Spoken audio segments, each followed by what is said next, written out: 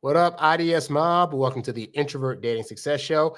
I'm your host, as always, Harry Wilmington. This is the show where you go to learn how to date as your introverted self while still getting your precious alone time. Happy Tuesday, everybody. So today, we're going to be talking about the number one reason that dating strategy is absolutely necessary when it comes to dealing with women and getting the results that you want. And I wanted to do this show today because I got a lot of comments this week, especially in response to the video clip I put up from last week's live, where I was talking about this guy that wrote in and said that he was dealing with an escort for 8 or 9 months, and she was able to give him some tips on how to be a better dater. And so there were some women that commented, and there were some men that commented, and the men that commented were very much saying, I don't like the fact that we have to even have a strategy to date. What's that all about? I don't want to have to change myself, etc. And so this is a common theme and comment that I've gotten before. And I really just want to talk about one big reason why strategy is necessary. And then from there, I'm going to be showing you videos that I got from TikTok that demonstrate why it is that if you don't have a strategy, you're going to lose in dating and relationships and marriages and so forth and so on. Plus, we got some comments from this week that I got that I'm going to address. And of course, this show is about you guys. So if you have any questions you want to ask me during the course of the show, you are definitely welcome to do so. So let's go ahead and get into this episode of the Introvert Dating Success Show. It's the Introvert Dating Success Podcast, the show for introverted men that's all about learning how to attract beautiful women and still get your precious alone time. And now, here's your host, dating coach and fellow introvert, Harry Wilmington.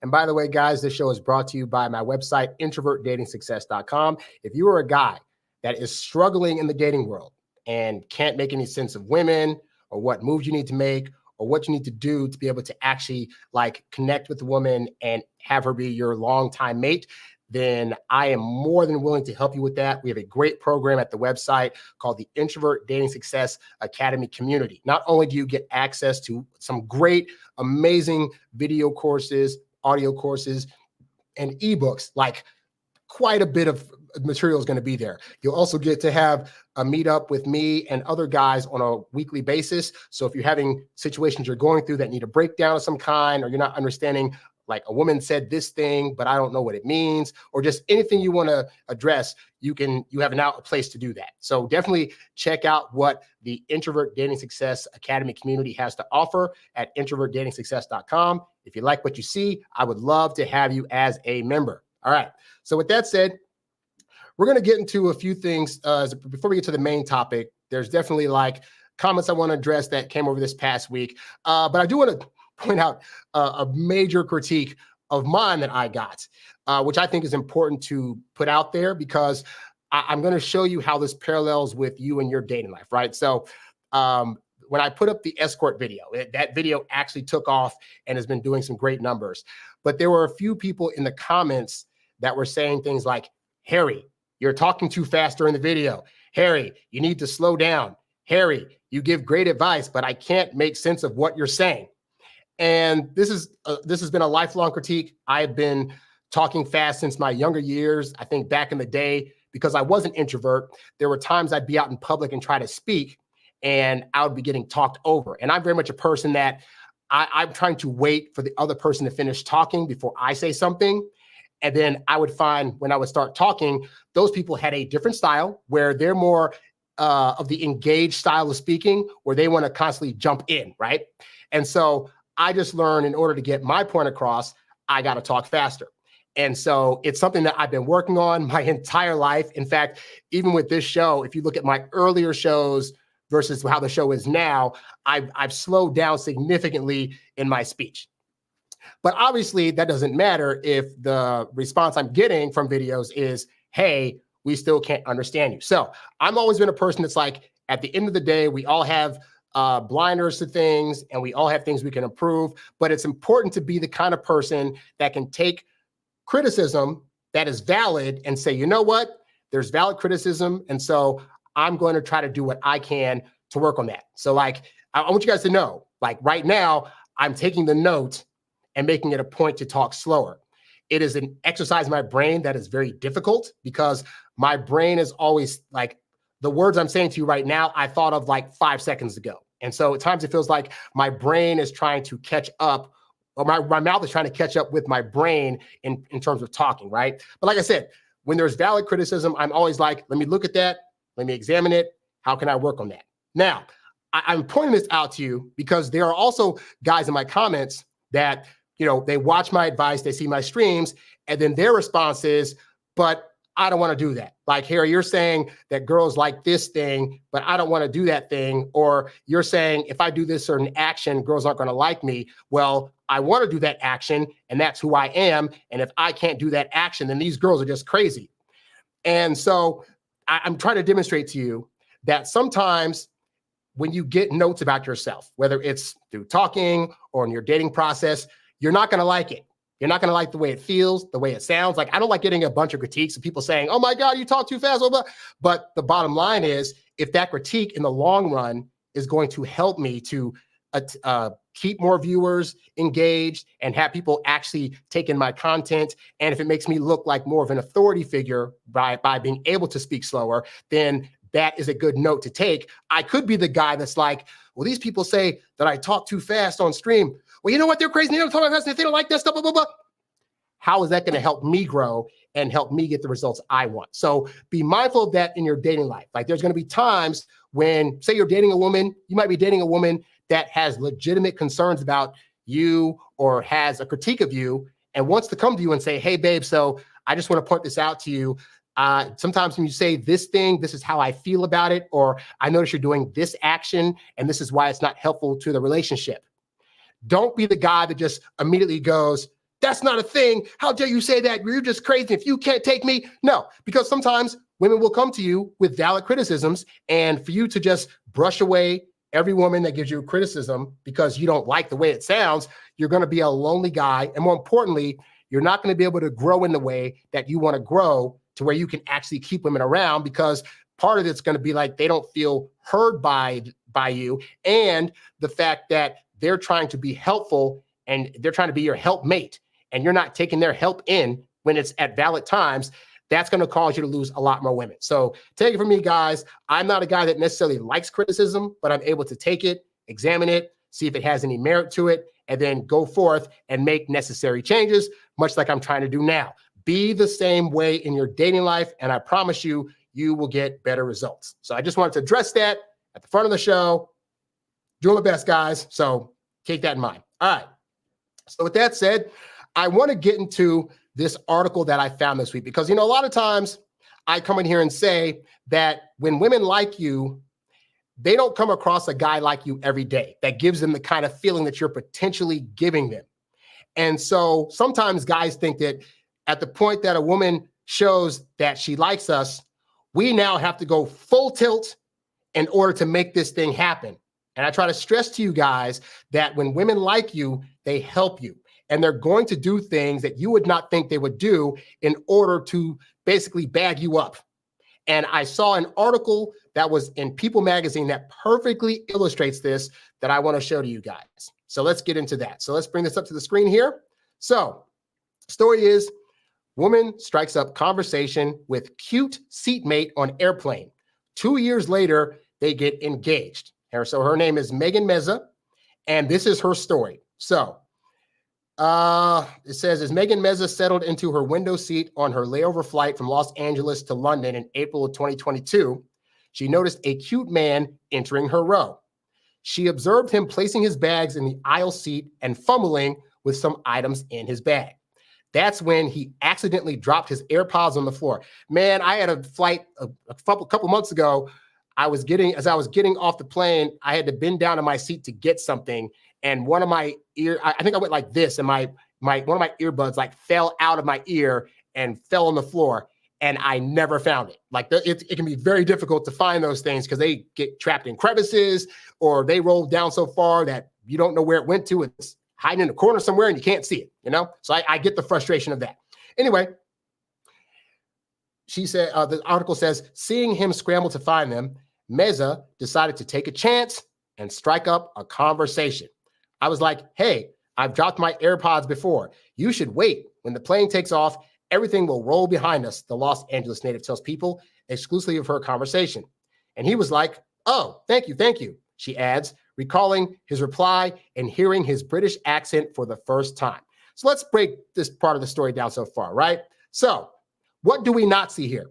What we do not see is that this guy didn't have to approach her. He didn't have to spit any kind of game at her.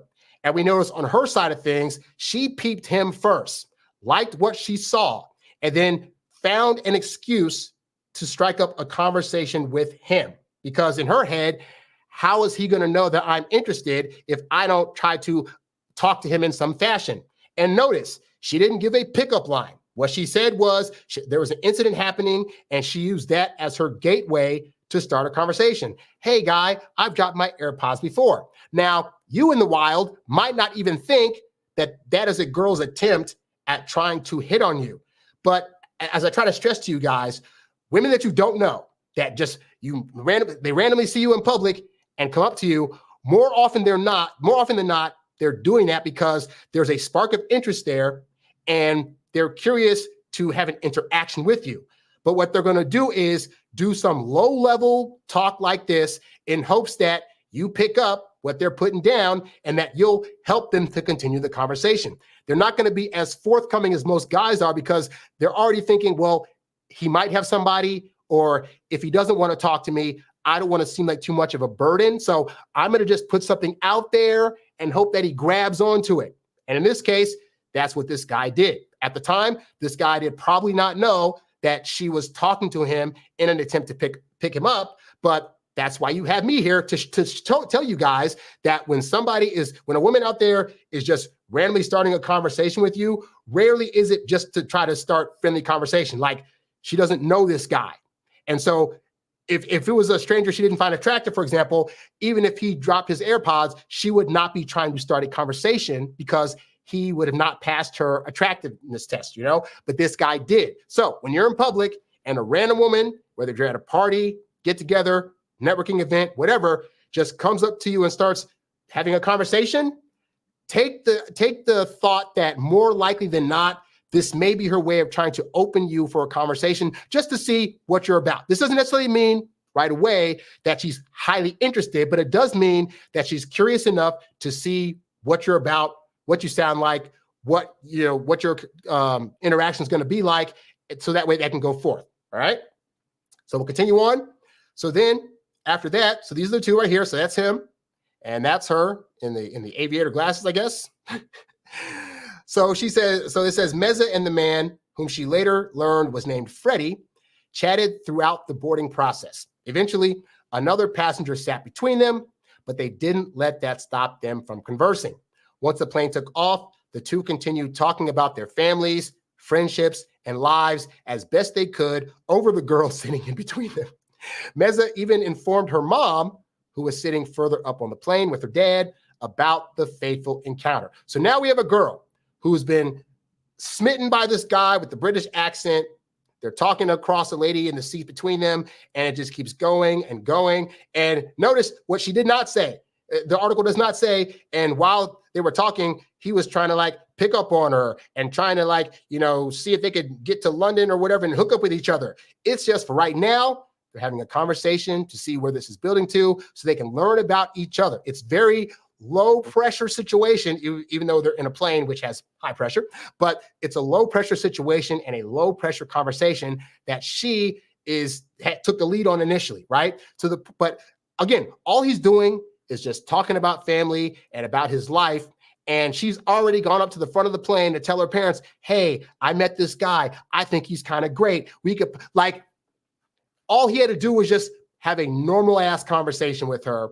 But in the process of having that conversation, he's revealing stuff about himself on a lower level, but revealing stuff about himself that's making her feel like, oh, I could see how this could gel with me and my lifestyle. Oh, his family sounds so nice. Oh my gosh, this guy sounds so amazing. And all he's doing is just being regular. He's not overextending. He's just having a conversation. So then we go. A few hours later, the lights started to go off. We got our glass of wine, and I was like, oh, so nice to meet you, and cheers to the next few hours of this flight. Not long after, she pulled out her book to read, but she was no more than a page in when she noticed Freddie pass her his phone over the girl who was still asleep in the middle seat. Freddie had opened up his notes app and typed out a note that said, "Have you got a boyfriend?" I then responded no with a smiley face and sent it back to him, she says. Now, as I've said to you guys before on this show, I'm not the biggest fan of you coming out and asking a girl, so are you in a relationship? Do you have a boyfriend? That to me typically screams like you're not all that confident about where this interaction is going. But even with that said, you know, because as I said before, if a woman finds you highly attractive and cute, then these kind of missteps won't be taken too seriously. And so, but even with this question, have you got a boyfriend? He's not saying in that moment, hey, I want to be your boyfriend. It's an inquiry for him to see, hey, before I continue this conversation further, I need to make sure you're not taken for already, because if you are, I'm not trying to get beat up by another guy. So when she responded back, no, as I said before, when women like you, they help you. If she didn't have any interest in him, she could have said, yes, I do. She could have said, well, no, but I'm not looking right now. But instead, it was a straight up no with a smiley face.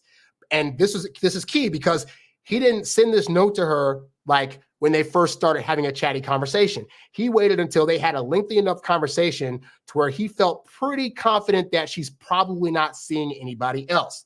But even with that, her response was key to let him know that unequivocally she's not taken. They didn't have wine together. They didn't talk for a while over this lady. And so these were all good signs that she was trying to give him that indicated, hey, guy, like I'm available to talk some more and do some other stuff. So then, they got a TikTok video. Let's watch this video they have here. This is when they first met. So I want to play that again, but I don't think they're going to let me because well, anyway, the point is, so they send a text to the friends. Oh my God, I think he's so cute and whatever. See if I can play this. Let me see if I can play this. Okay. They stopped to the next seat. Later they flew to London to see him again. Surprised me in New York. We did 2 years long distance, seeing each other whenever we could. I'm not going to read this in the later because this song is in here. This. And now long distance is finally over. So they got engaged. So anyway, we'll continue with the story though. So throughout the rest of the flight, they ended up passing notes on his phone and even swapped seats with the woman. Yeah, because she was probably annoyed at that point that they were just talking over like, hey, like I'll sit on the aisle seat. Just please, for the love of God, stop talking over me. So later when the plane landed, they exchanged contact information thinking they would never see each other again. Okay, so at this point, they land, they swap information, and they're thinking, that was a nice ride, nothing's going to happen. But from that point on, they started texting and FaceTiming every single day. 2 weeks after meeting, this is key, guys, Meza decided to book a flight to London for a July visit. So what do we see happening here? We see that she met this guy on a plane. She felt a connection. They exchanged information. They're now texting back and forth quite often. And who's the first person that decides to book a flight to see the other one? The answer is her. She decides, you know what? I like this guy so much. I want to go out there and see if we can have more time together so I can get a better gauge of where my feelings are for him in the hopes that they grow even more to where I want this to be a thing. So again, we have a woman who is highly interested, and because of that, she's making the first moves. She's paying for the flight. She's going to go see him. And this is what you guys need to get, is that again, when women like you, they help you, and they will literally go to the ends of the earth to see to it that they can spend time with you and that you know unequivocally that they want you. A ticket to London from LA is not cheap. The fact that she's willing to do that is more than enough of a signal to this guy that, oh, she really likes me. And again, all he's doing is just being himself, sending messages when she reaches out to him, and he's being very low key about this. At this point in time, he's not expressing feelings. He's not expressing, I see a future with you. He's not expressing like all these lovey-dovey things that guys think they have to express. All he's doing is being his natural self, living his life, and this girl's like, and I want to be part of that in some capacity. So she says, we had talked during those FaceTime conversations about doing long distance, but realized it was stupid. If anything, we decided it was great getting to know each other. But when July rolled around and Meza went to London, she had so much fun that she's the one. She realized that this relationship wasn't one she could let go of. So in other words, based on their time together, she was able to come to the natural conclusion that she had feelings for this guy and didn't want to let it go. He did not have to try to beg her to come back to London or beg her to be in a long distance relationship or beg her to, oh, please have feelings for me, or this is only one visit, we should be together. No, he just lived his life and did him. And because of that, she was able to see herself in his life and say, you know what? I want more of this. So all you guys out there that are thinking, I'm the guy, I got to chase, I got to make all the moves. Your job is to show interest and make yourself available. And if you do those things, and then you're also able to make her feel good things when she spends time with you, then I promise you, she will do most of the work. She will do the reaching out. She'll do the texting, the calling, the planning for the dates. I mean, the planning to see each other more so than the ones you're asking for. And as we get to later, this guy also did his part. He went and flew to go see her in the States, but she started all that off. She started the conversation with him on the plane. She continued the conversation and exchanged information. She started the texting. She started the vacationing. So she's doing all this stuff, right? And so this is why I tell you guys that part of dating is letting women do actions that help them their brain further convince themselves that if they're doing all this work to get you, it must mean that they really, really like you. So continuing on, let's see. She and Freddie had a talk and decided they were going to make long distance work. I was like, this is someone I actually really enjoy spending time with. He checks all the boxes. Okay, so here we go. He checks all the boxes. He's kind. He's funny. He's gracious. He's charming. He takes care of his people. He's got great friends, great family. Notice what she did not say. She did not say, I don't know how tall he is, to be fair, but he didn't say he's got a lot of money, or I think that he has a nice enough house to where I could like use him for his stuff. Like, it was all qualities as it pertains to the kind of person he is, not about how much money he spends. Again, I don't know height and stats and stuff like that. And he's got a British accent. So to be fair, women love the accent and all. So that could be part of it too. But again, I'm all for guys using whatever they have in their arsenal to be able to attract women. If he's tall and has a British accent, fantastic. But again, in my personal life, I know guys that are friends of mine that are like 5'5", 5'6", that have women in their lives that acted the exact same way that this woman's acting with this guy who's tall, So don't think it's about the height or about the muscles or whatever. That stuff does help. But it's about the fact that for whatever reason, this guy checked the boxes, and more importantly, he was making her feel things. He was not forcefully making her feel things. He was just being himself, and just being himself, she was able to have those interactions. And then I also find that, and this is what guys don't take into account, is that when a woman has interest in you, the things you're doing, she will, of her own brain power, make those things be attractive about you. Like, oh, he'll talk about his family. She'll say, oh, he's talking about his family. They sound great. It could just be like, yeah, I see him like twice a year at Christmas and they're pretty cool. And she'll take that to, oh, they're so amazing, because she's now going to do everything she can to convince herself as to the reasons why she's choosing you. Because people in general, as Corey Wayne likes to say, we make decisions based on emotion, and then we use logic and reason to back up those decisions. And men do that too, but women do that especially because they are so connected to their emotions that all their emotions are going to flood them with them just liking you. And then they're going to go backtrack and think of, oh, and then he made me laugh. That's why I like him. Oh, he opened my door for me. That's why I like him. Oh, he's charming because he wore a top hat. That's why I like him. And so you have to leave room for women to come up with their own reasons to like you versus you trying to, negotiate. Well, I'm a great guy because I got a great family and I'm really funny, I swear. Like, those are the things that if you try to force them, women are going to be like, why is he telling me all these stats about himself? Is he trying to force me to like him? Like, you just being yourself, women will find out what a great guy you are and then come up with reasons of their own as to why they personally think you're so great. So then the article says, yes, long distance sucks. It's never easy, but I feel we both did a pretty good job of making it work. And it was as easy as it could be given the circumstances. Another picture of them, the happy couple. Finally, after 2 years of many flights between London and LA, Freddie got down on one knee and proposed to Meza on May 21st at a park they went to on their first date. Following their engagement, she posted a video about their love story on TikTok, which went viral. And then blah, blah, blah, blah. Now reflecting on their first conversation on the plane, Meza shares how she never in a million years imagined this is how the story would turn out. Quote, I saw a man who I thought was very cute, and I used that as an opportunity to have this yes moment on a plane where it's like, I'm never going to see him again. What do I have to lose, she says. And that's the part of the story that is also key because, as I've said before, guys, women like the idea of creating their perfect love story moments, you know? And so think about this moment for her, right? LA girl on a plane to London, and she runs into a bloke who happens to lose his AirPods and starts up a witty conversation about losing the AirPods, which leads to a long plane ride where they're drinking wine and talking about their friends and family and their dreams and hopes. And she now gets to add to that story. And I stress this because when you're asking women out, you know, I get it. Some guys are thinking, well, I just want to do a coffee date, or I just want to do something that's relatively low key. And hey, I'm all for that.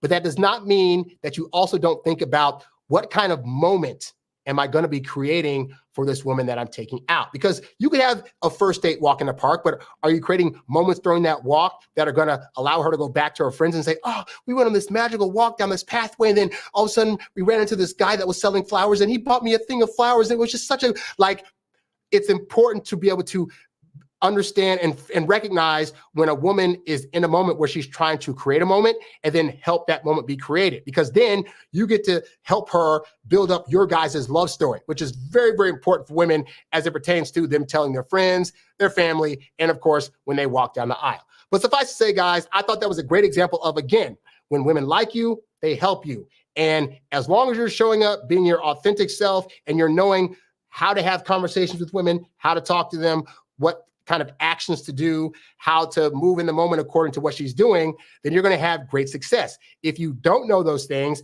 that part of that is because you don't have a great strategy of dating, which we'll get more into in a little bit. But suffice to say, guys, like, yeah, women ultimately, if you're doing enough of the things right in those first 1 or 2 dates, you will build up a woman's interest enough to where the remaining 2.5 months, she will be leading most of it. And all you'll have to do is do your part of asking her on dates and showing her some stellar moments on those dates, whether it's hookups, whether it's, you know, new restaurants, or whether it's just like more intimate moments between you guys by way of conversations or games you're playing. Like, those are the things you're going to need to do. But the part that she's going to want to do is actions that are going to allow her to further convince herself as to why you're a great guy. Let women have those moments and let her be the one to do most of the work. And some women, by the way, I get it. Some women will hear that and think, you're telling guys not to do any work. I never said that. Guys need to be very calculated in the moves that they're doing and move at the right times, so that way they get maximum response and benefits from the women they're trying to date, which again, we'll go over more into the strategy section. But suffice to say, I've just learned in my dating life personally that if I'm patient and I wait for the right moments to ask for dates, I wait for the right moments to do certain actions or say certain things on dates, then, and again, I'm doing these things authentically because I genuinely like these women, then you will find that you'll give women enough emotional feels to where they're going to want to feel more of that. And they'll know that, you know, they'll be smart enough to know that you as a guy may be trying to hold back a bit because you don't want to rush in, but their emotions, because they have more emotional things going on than we do for the most part, then their emotions are going to propel them to do moves that they would have said before, I would never make this move on a guy. I'd never be the one to call or wait by the phone or do whatever. Trust me, when they're in their feels about you, they will make those moves. But if you don't leave room for them to make those moves, it's going to feel forced from you on their part, and they're more likely to hold back and eventually ghost. So I thought that story did a great illustration of that. Do with that what you will. All right. So as always, guys, this show is ultimately about you. So if you guys have any questions you want to ask me during the course of the show, then you can leave them in the chat. Right now, though, I'm going to get some more water for this thing. So I have ebooks I sell at my website, and you can definitely check some of those out. Here are some of those books right now. Hey guys, Harry Wilmington here. And I just want to tell you really quickly about some of the awesome ebooks that I have available at the website. So to start off with, we have my brand new book, Stop Losing Women, which is based off of my previous podcast. And it's over 284 pages of life-changing advice for your dating life.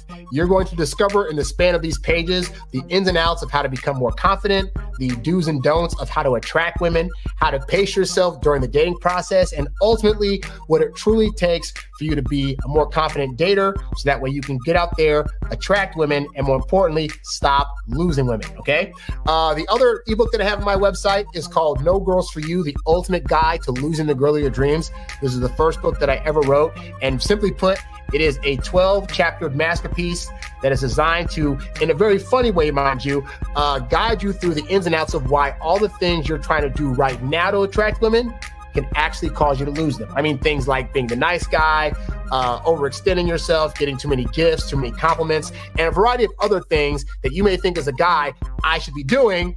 This funny book's going to help you figure out once for all why you should not do those things and how to better yourself instead. So be sure to check that book out as well. The other book that's been very popular at my website is called Texting Like a Boss. This is where, for all you guys out there that have problems texting women or don't understand why she starts off so chummy in the terms of the texting things, and then she starts to kind of go away and you can't figure out what's going on or why, or you're not an efficient enough texter to be able to actually get dates by way of texting. Well, this book is going to give you 21 do's and don'ts that are tried, true, and tested, so that way you can get the results that you want with women when you're texting them, and ultimately not do the wrong things that are going to cause her to eventually ghost you in the texting realm. All right, so check that book out at the website. Lastly, my other popular book that I have there is called 10 Steps to Winning Back Your Ex, the step-by-step, no-nonsense guide to reconnecting with an old flame, regardless of who ended the relationship. And so for you guys that are like, hey, I think I lost a great one and she left me and I want to get her back, or you might have been the guy that's like, hey, I dumped her and then I realized I made a mistake and I want to get her back. Well, this book covers both of those scenarios in a very detailed step-by-step way that is designed to allow you to figure out what you did wrong, how you can show up better, and the sequence of events you need to go through in order to effectively win back the woman that you are no longer with. So if these things sound like things that'll be helpful to you, then definitely go to introvertdatingsuccess.com, click on the products tab, where you can find a summary of all these books as well as my various programs, and they will be more than happy in helping you figure out whatever part of the dating journey you're on, so that way you will not be confused and you will ultimately be able to have the dating life that you want. So check those out at the website today. And we're back. All right. And by the way, all those ebooks and things are available as part of the Introvert Dating Success Academy community. So when you join the community, again, it's $47 a month. You can cancel it anytime, but you get access to my video program, the Top Secret Dating Blueprint, which is the step-by-step process of how you actually go from meeting women, attracting them, approaching them, getting their number, going on certain kinds of dates that build attraction, conflict resolution, how to negotiate your way into the relationship. That video program is there. The Smart Digital Dating Program that gives you the ins and outs of how to do online dating to get women in the first place. That program is also available. That's like 11 videos. There's a whole masterclass of various people that I've interviewed over the years. That is also available there. We have my original podcast, Stop Losing Women. That's 435 episodes of rock solid information. That's available there. In addition to the ebook on texting, the ebook on how to get your ex-girlfriend back, in addition to being able to have weekly meetings with me. Like, you get a lot of stuff when you join the academy. I just suggest you guys check it out. If you like what you see, you can join today. All right, enough of the hard sell. So with that said, I do want to get into some of the comments that I got this week, but honestly, we got a lot to cover as it pertains to this dating strategy I'm going to talk about. So let's just get into that, all right? So we're talking about the number one reason that dating strategy is necessary with women. I've had a lot of guys in my comments comment on how they don't like the fact that they got to change themselves for women. Or I got a few comments I actually want to read here that pertain to this topic specifically. So this first one was a person that said, do what you want. If she loses interest, move on. Don't play stupid games. If you have to have a strategy to date her, good luck maintaining a relationship. So I do want to address that comment first, right? Here's the thing, guy. And this is the thing, is that guys think that the best strategy to have is no strategy, is that they need to just be able to be themselves, whatever that means, and just go up to women and say whatever they want and do whatever actions they want and try to propose whatever dates they want and contact them whenever they want. And if the women don't like it, well, tough crap. I got news for you guys. That is a strategy. Anything that you're trying to do in order to get women is a strategy. The difference, though, is that some men get caught in their ego and thinking that how you are now is perfectly fine in terms of dealing with people. Because you're thinking, I'm this way around my friends and my friends and family accept me. So if a woman can't accept me exactly in this moment as I am, then I don't want to do that. I want to just be my authentic self and whatever. And so the strategy they have is, again, no strategy. Women typically feel more safe and secure around men that they feel know what they're doing with women. And that means that a woman actually wants you to have strategy, because it is to their detriment if you do not.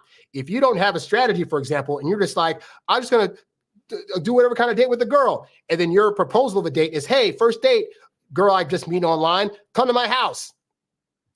Most women aren't going to see that as a safe prospect of a date. Some women might be actually down for that, but the majority of women are going to be like, wait, so even if I wanted to hook up with this dude, he's not going to go through the rigmarole of like taking me on a date in public, outside, talking with me, getting me some wine, making me feel a little more loose and trusting of this guy before I go to his house. Like, he doesn't even have that kind of strategy. I'm not doing that. And so whether you decide to learn things to get women or just go as you are right now to get women, both of those are strategies. My question is the strategy of not having a strategy, which is a strategy right now, actually working for you? Because if it's not, then you may want to consider trying to actually get an authentic strategy. Now, here's the other comment that I got, and this was under the escort video where there was a guy that wrote me that said he had been trained by an escort on what women want, and now he was getting great results. And this guy expressed the frustration that a lot of guys say, which is, what I get out of this is that you have to change yourself for women, which seems simply beta. It's ridiculous. You have to trick a woman into thinking you're alpha and confident when you might already be, but you're just not being confident in the way she wants you to be, which again is totally selling yourself for a woman, which is not being strong in you and not being a real alpha man, in my opinion. I want to point out that I'm not complaining. I'm just pointing out the ridiculousness of the game, women themselves, and what Punani does to a man's head. So I'll address this comment as well. So this is in no way, anytime I'm telling you guys that these are certain things you need to do or things that you should consider changing up in order to get more women, that is not being beta. As I've said on the show before, if being your authentic self or being the self that you think you should be would get you results, we could all be the men now that we were acting like when we were like 2 or 3 years old. Like, if we never had to change a single thing about ourselves, and if changing something about yourself was absolutely beta, then we would all just be acting like children still. And what I find interesting is that men will complain about having to do, say, or change certain things about themselves to get women. And yet they will do that for every other aspect of their lives. I'll give you a small example. I am a videographer here in Los Angeles. When I started my camera journey in 2008, I was in Atlanta making videos from a Kodak camera that barely took video, right? And then I moved to California, and I'd done enough videos at the time to where I had a separate YouTube channel where I put videos up. They got popular. And so when I moved to LA, people saw those videos and were like, oh, he does good editing. We'll hire him for editing stuff. Now, I went from editing stuff to then actually getting people to ask me to film things for them. I had a Kodak camera that was slow and took like grainy footage. If I were to say to these people, well, you know, I know you want to hire me, and so I'm going to take your money, but I'm going to use this basic camera that I have still, because you know what? This camera is perfectly fine as it is. And if you can't accept the camera that I'm working with, then I'm not going to work with you and whatever. Now, I could do that. I would get no jobs. So what did I have to do? I had to upgrade to like a Sony camera or a Panasonic camera or some kind of DSLR camera that would also have higher powered lenses. And even then, the cameras that I got came with basic lenses, but those aren't going to look professional or get good quality on jobs. So I had to upgrade. The camera I'm using for you guys right now, when I started doing this show, I was doing videos on my phone and doing videos on another camera that I had that was like a lower tier, right? I had to upgrade the lens. I upgraded. This is the GH5 camera that I also use for my professional gigs because it does 4K video. Now for streaming, it only does HD, but I still have 4K because other clients are going to want that. Again, I'm now 16 years into doing videography for people. If I were to have said in 2024, I still should be using my camera that I got back in 2008 that just did basic video, I would not be able to elevate myself to higher end clients, to doing celebrity events, to having people trust my stuff enough to where they want to pay me a lot of money to do this. And so men understand that in the job world, like you can't be basic entry level forever. You eventually have to upgrade yourself, upgrade your skill set. And that sometimes means letting go of ways you used to do stuff because it doesn't serve you on this new job over here.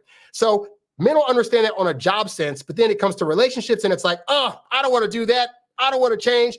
I've been doing this thing the way I've been doing it for years. And so even though it gets me no results, I'm going to feel weird about it. And so strategy, why would I do a strategy? Oh my God, that's tricking women. And so, yeah, I've seen that like these strategies can work, but I don't want to because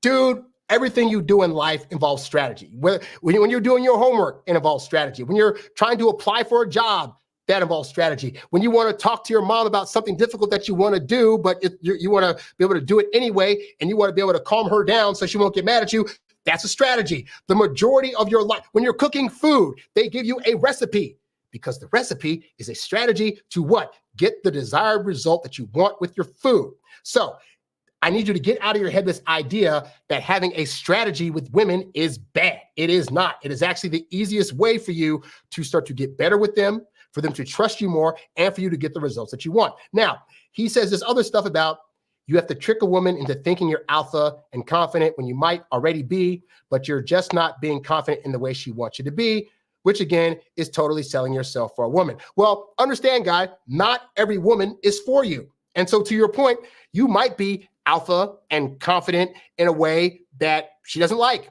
but that doesn't really matter in the sense, because I know I've just said the thing about, obviously there's going to be changes in things that you make and strategies you bring about to be able to get women, but also know that some of these strategies involve doing things that suss out the wrong woman. So if you're alpha and confident and you come across a woman that wants you to constantly text her all the time, or is constantly asking, well, when I don't see you, where are you going? Or are you talking to other women? Guess what? You have a strategy that's going to help you remove yourself from women that are overly anxious or needy or desperate or have low self-esteem. And so that's fine. Like it's fine for you to build yourself up to where women actually see you and say, you know what? I'm actually not good enough for him. Because that means you've now hit a higher tier of the kind of women you can talk to and get with. And so again, it's not about tricking women. It's about really becoming quote unquote more alpha is really about you becoming more confident in what you bring to the table, more confident in your abilities. It's about learning new skills or changing yourself in ways that are going to be beneficial, not just to the women you date, but also to you. You going to the gym and working out more. Yes, you being more fit and slim will get you more women, but also it'll help you live longer. It'll make your breathing easier. It'll allow you to hook up for a woman for a long period of time without running out of air. Those things also benefit you. So I don't need you to think that because I have a strategy for dating women now, it means it's trickery. And I'm gonna get to a reason why in a minute, right? And then he says, I'm pointing out the ridiculousness of the game, women themselves, and what punani does to a man's head. Well, to be fair, good D does the same thing to women's heads. And so they're going to be doing things on their end that are going to be that are trying to get you if they really like you and stuff. So, and they're making their own changes, all right? Which leads to the number one thing, right? So let's just get into it, right? The number one reason that you as a guy need to have a dating strategy when dating women is because they themselves already have a strategy and they're already using it to get you if they like you. And even if they don't like you, they're using strategies to get rid of you, right? And so understand, guys, and I stress this, women have been strategizing about how to get with a man, whether it's you or somebody else, since they were kids. Because since they were kids, they've been observing their aunts, their moms, their cousins. They've had these people in their lives come to them, and from a young age, I think about when, I've seen friends of mine that have kids and they're playing with the neighborhood girl. What are the parents saying? Oh, they look so cute together. Oh, I see wedding bells. And they're 3. So women from a young age are getting pushed into, you need to be in a relationship. And then they're getting taught that men are difficult. We think we're simple, but our egos can sometimes make dating us very difficult, because we can be hard-headed, we can be stubborn, we cannot want to listen. And so they have women in their lives that are telling them, hey, when you start dating, do these things, do this strategy, say this thing, make this thing for this guy, do all this stuff. So that way, when the right guy comes along, you can bag that guy. And so women are already strategizing. And then you want to sit there and say, oh, but Harry, I don't need a strategy. Oh, man. Makes me laugh every time. Because the reality is that because women have a strategy, they are already assuming that the guys out there in the world have strategy. And to be fair, the 10% Chads out there and Tyrones that are getting all the women, these guys may be quote unquote naturals, but even they are doing things and or know how to get women because they know the things that women want. It's the remaining 90% that have a stick up their butt about, I got to learn things to get women. I can't just come in this, nasty looking t-shirt and not showered and just messy hair and get women. How dare they should just accept me for me. You can be mad at women all you want about them needing you to have a strategy to get them. You're going to stay single. And so to prove that today, I came across a slew of videos on TikTok of examples of women giving other women the game, giving women strategies they can do to psychologically get men, to attract men, to boost their egos. And it's important for you to see these things, because I need you to get into your head the idea that ultimately both sides need to have strategy to get men. All right, to get each other. Now, I will clarify and say that as I play through these, not all the strategies these women are giving to women are the best. Some of them are actually pretty good. And I'm glad that this information is getting out. And some of it's like, these women don't know what they're talking about. But the point is to see across the board, whether it's good or bad information, women have been strategizing for years. And then here's the thing, and I'll put this out, is that we go along with the videos. The way they've strategized, they've done it for so long that when they come to you and do certain things, to you, it's not going to look like a strategy. It's going to look like this is just how they are. Oh, she's not playing a game. She said this nice thing, but she said that nice thing because what I did was pretty cool, right? And I'm telling you, this goes so deep. Women that are complimenting you or saying certain things to you or making you think about things in a certain way, or even how they're approaching you to do or say certain things.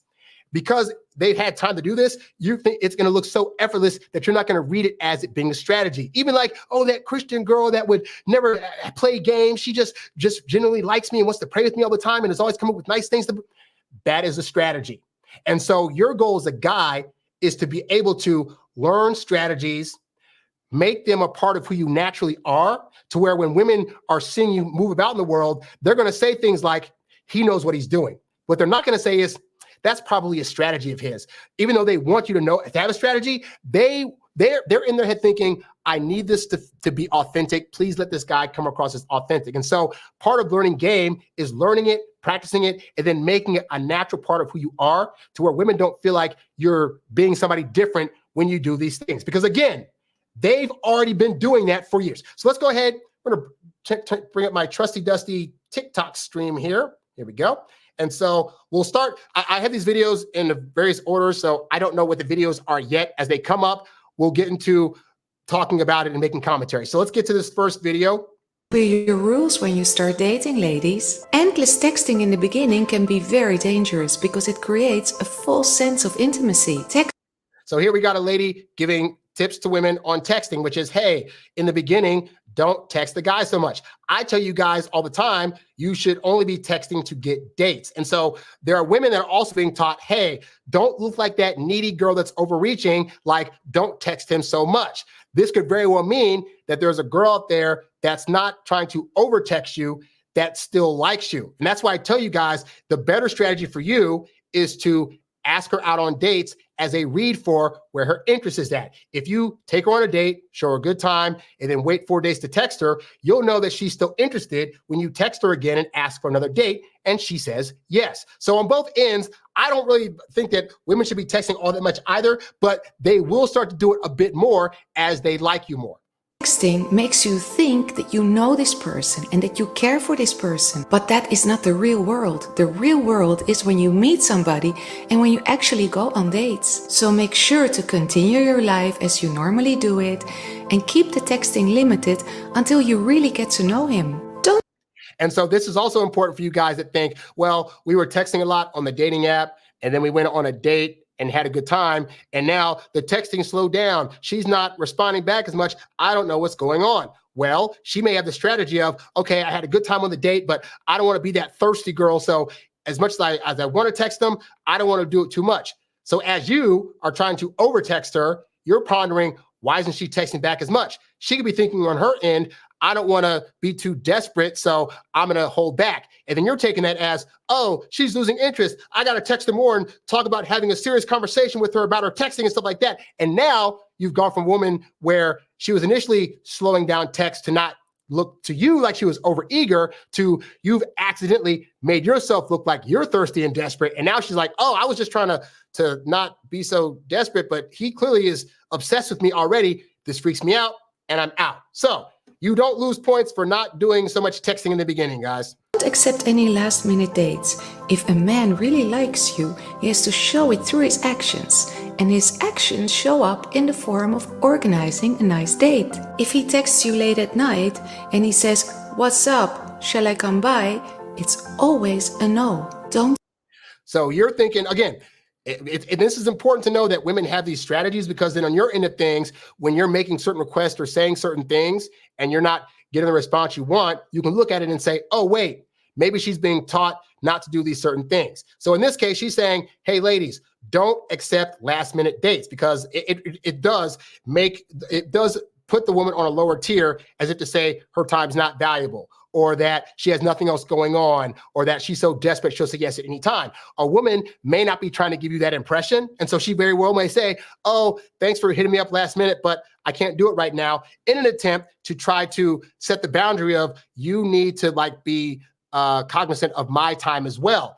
You getting butthurt by that is only going to result in her realizing that you're obsessed and want to leave. This is why you as a guy should implement into your strategy that you don't ask for last minute dates, nor do you accept last minute dates. That way you're able to let her know that her time is valuable, but also that you're not available every day. Like if you're asking a woman constantly, every time you ask her on a date for a last minute date, that gives her the impression that you're a guy that has nothing else going on. Women don't want to date that kind of guy. So if you add to your strategy, you know what? For those first 3 months, I'm not asking her on any last minute dates, then you will find that you'll probably do a lot better. Sleep with him until you know that you're actually exclusive together. Tell him this: I would love to see where our connection goes, and I would like to not date any other man while I'm getting to know you better. And then you see how he reacts. And one more thing. Now, notice what she said, right? She said that women, in terms of sleeping with you right away, that women need to be able to say, hey, just so you know, I really want to get to know you first before we just hop into bed like that.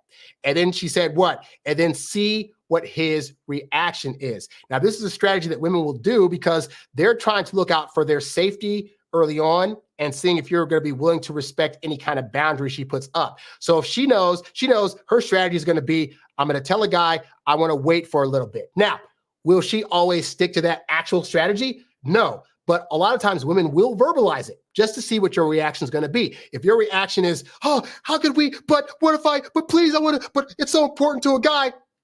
She knows that you don't really care about what she actually wants or what's going to be good for her, and she's going to dip out right away. Versus having the strategy of saying, hey, you know what? That's cool. In fact, you want to wait 1 month? Why don't we wait 2 months? Hey, you know what? I waited a long time before I had my first hookup. I can outwait you. That's totally fine. Like having the strategy of being indifferent and not being bothered by this surprise, surprise, it is a strategy that is actually very effective in making women get out of their head, in making women feel like, oh, he's not pressuring me to sleep with him. Okay, great. Now I can make the decision to sleep with him if I want to. And I have found I've gotten that same speech from women. Hey, just so you know, I know I'm inviting you into my place, but I'm not going to do anything. My response has always been, okay, cool. So can we like watch TV or a movie or something? And that reaction I find would usually end up getting me a hookup by like date 3 or 4 because I'm not rushing the process. But understand that is part of my strategy. It's the strategy, surprise, surprise, of be patient and wait. That is not a bad strategy to have as a guy because you will find that it disarms women and then makes them realize that the thing that they're saying in the moment that they don't want to do right now, they're probably going to be willing to do a couple of dates down the road because you were respecting of their boundary. So the strategy of respecting her boundary and saying, hey, I can wait even longer, surprise, surprise, that works great. Until you establish this, please date other men because you have to find out what your options are and what the best choice for you is. So she just gave the strategy of, hey, when you're to women, when you're dating, make sure you're not just dating that one guy, date other guys, explore your options to see what the best for you is. And you have to understand that women had that strategy in part because they're trying to make sure they make the right pick because in their past, they probably made the wrong pick. You as a guy need to have that same strategy because you're going to think after 1 or 2 dates that this girl is like the bee's knees, as they said in the 50s, and that she's the one for you. But you need to be aware that the assessment you're making by like date 1 or 2 could be dramatically different after having spent 3 months of time with her. So you got to get out of your head that you're making a proper assessment so early on and leave room for, but I could be wrong. Let me explore further before I try to get this woman into a full-on commitment, which again, she should be coming to you asking for the commitment, not the other way around. Anyway, that was the first video. Let's get on to the second video. 3 questions you should never answer when dating. Your answers to these questions can leave you open to manipulation by the wrong type of men. Okay, so she's about to give advice to women on the questions that guys ask that could lead them open to getting manipulated by. This is the big thing for women is that they don't want to meet up with a guy that tricks them into liking them because to women, admittedly, it happens a lot. Slick guys know that women fall for words very easily, and there are some 3%ers out there that are getting all the women talking all this stuff that they don't actually mean. So this is her attempt to say, hey, women, you need to know going in that when men ask these questions, this is a strategy you need to have in order to answer him properly. You can and should answer them, but choose your words very. And by the way, the questions she's about to say are questions that I advise you guys to never ask women ever because they're pointless to ask. Very wisely. The first one, what are you looking for on here? In fact, this should not even be on your profile. Do not list LTR, looking for the love of my life, looking to have fun, none of that. Now, for those ladies that have done a lot of online dating, look at how the men frame this response, usually on their profile. They say, open to a relationship with the right person. Feel free to throw those words directly back at them, but maybe say it a little bit nicer. I'm looking to connect with quality, like-minded people. Period. Oh, look at that. It's a woman giving a script to other women on what to say when you as a guy ask a dumb question. I tell you guys in here quite often, several things you should be saying or doing as it pertains to, I did a video about how to respond when a woman asks you why you didn't send a good morning text. I have a whole program at my website that tells you guys, like I give you script frameworks of how to frame questions to women, how to say certain things, or how to like ask for a date in this certain way, or how to respond when she says this thing in conflict resolution. And so again, some of you guys might think, but if you're putting words into my mouth or whatever, then that's lying and whatever. Women are out here telling women exact things to say to you when they're in certain conversations with you. And that's not a bad thing because we don't all just naturally come into dating knowing what things to say or do. Dating itself is not actually a natural thing. In the natural world, when we got our hormones raging at 12 or 13, we just go out there, bang a girl in the head with a club, and then start trying to bang her brains out. And that strategy is clearly not going to work in civilized society. And so as part of civilized dating or just dating in general, you're going to have to learn to do or say things that do not feel natural. You know, it doesn't feel, for example, this woman to her point, guys are in the habit of asking women, so what do you need? What are you looking for in a relationship? I tell you guys, that is a dumb thing to ask women because women are prone to lie.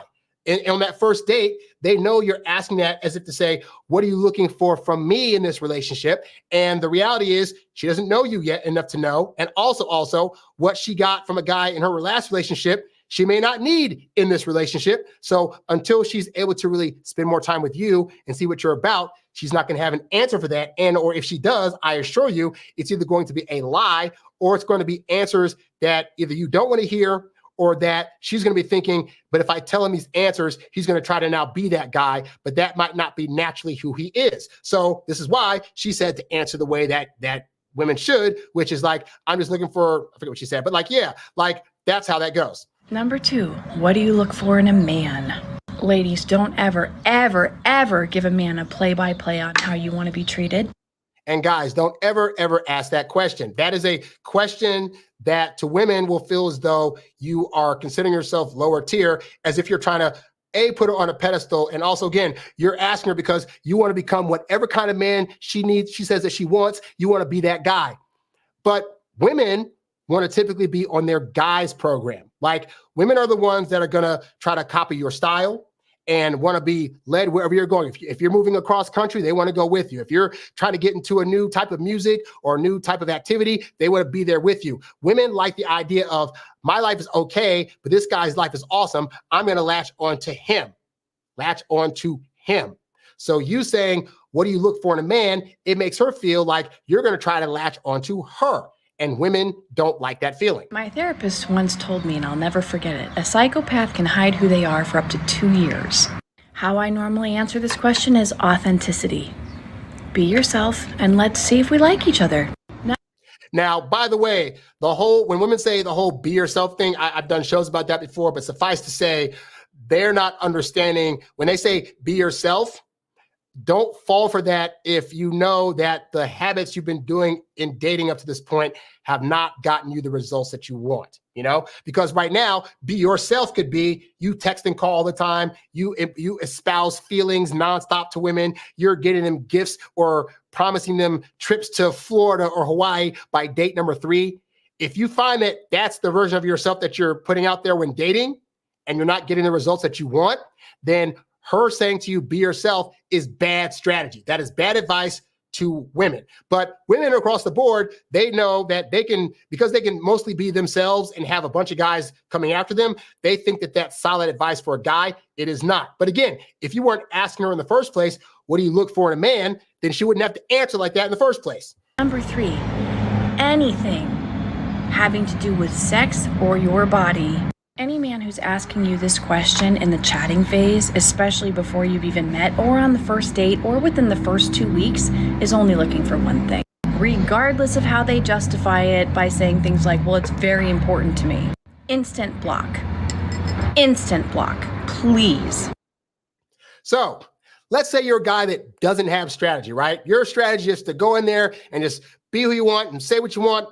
And you go on a date with every date that you go on, and you're just talking sex talk. You're talking about how much you enjoy banging, how important it is to you. You're making sexual innuendos at her body. You're trying to touch all over her. Is that a good strategy? I guess if you're watching this, you're probably thinking, Harry, that's a horrible strategy. And yet, how many guys have that strategy? That no strategy of, I have no strategy, I'll talk about what I want, and then they go on dates and talk about things that make women uncomfortable. I have the opposite strategy. My strategy is, you know what? I don't bring up sex at all on that first date. I don't plan on having sex on that first date. I'm not trying to make some kind of plan to get her back to my place or go to her place. My entire plan and strategy on the first date is to simply show her the best time that she's ever seen in her life and then go home.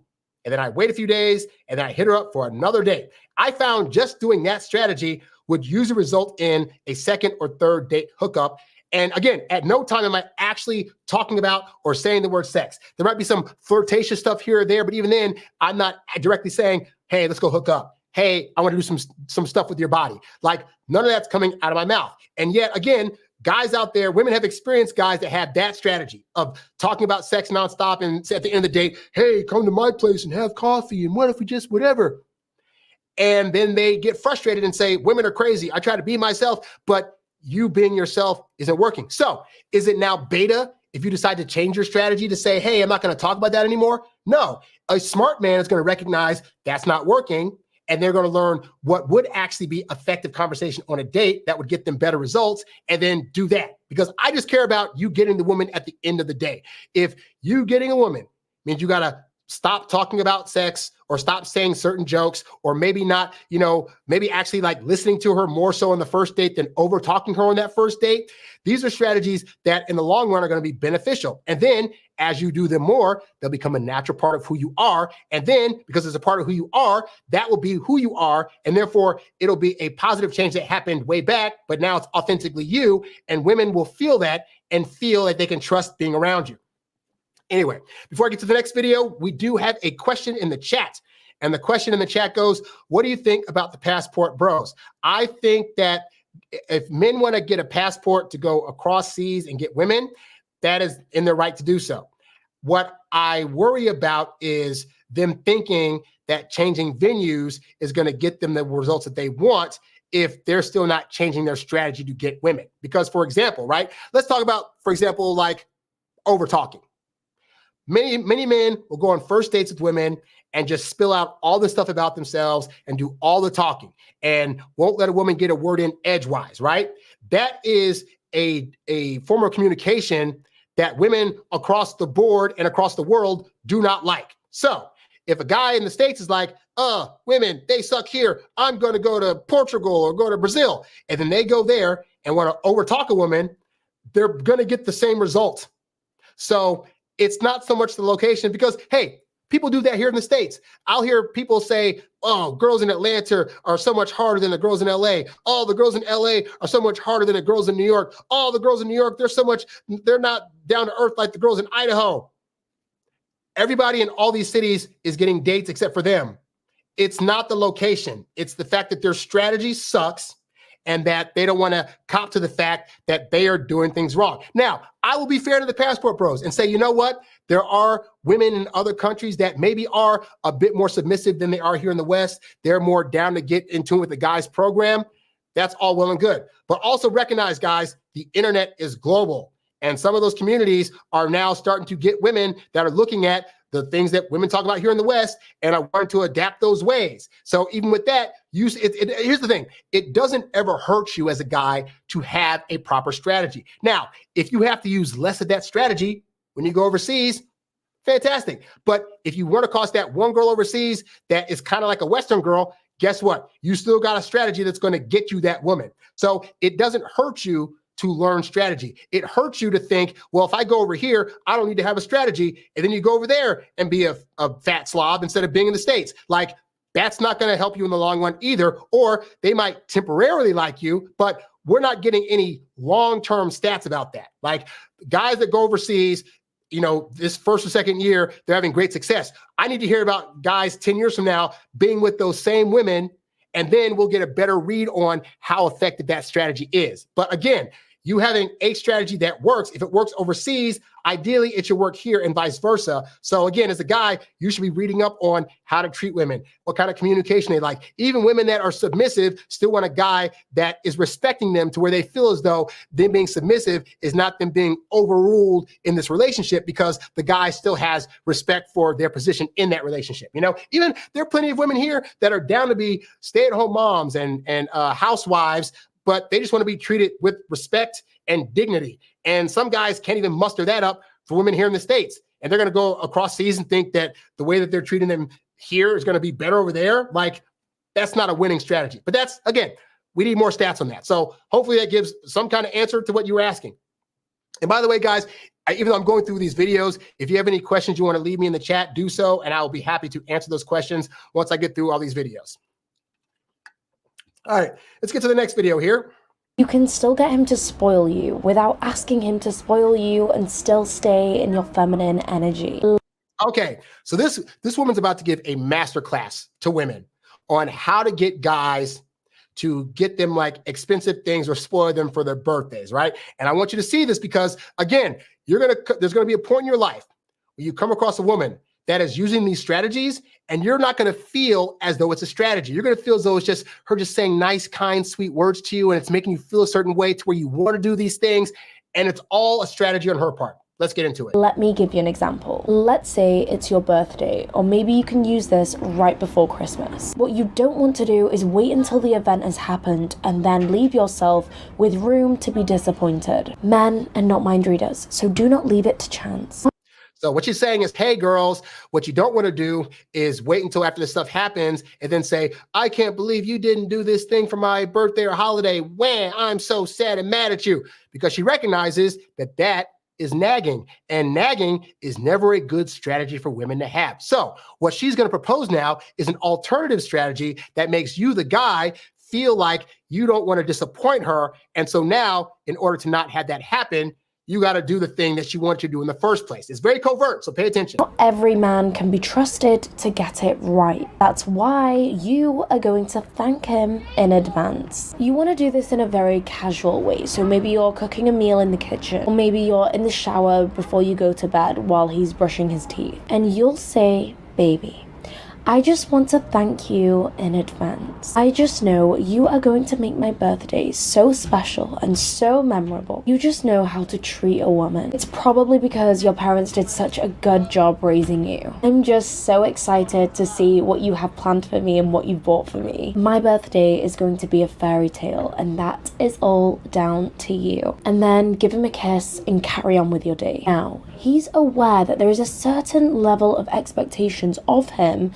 for your birthday. And if a man loves you, he naturally wants to make you happy and he doesn't want to let you down. Now, he's going to pull out all of the stops to make this day incredible and special for you, so he can fulfill this expectation that you have of him. You've also said this to him in a way which celebrates him and showers him with gratitude, instead of a way which breaks him down and makes him feel incapable.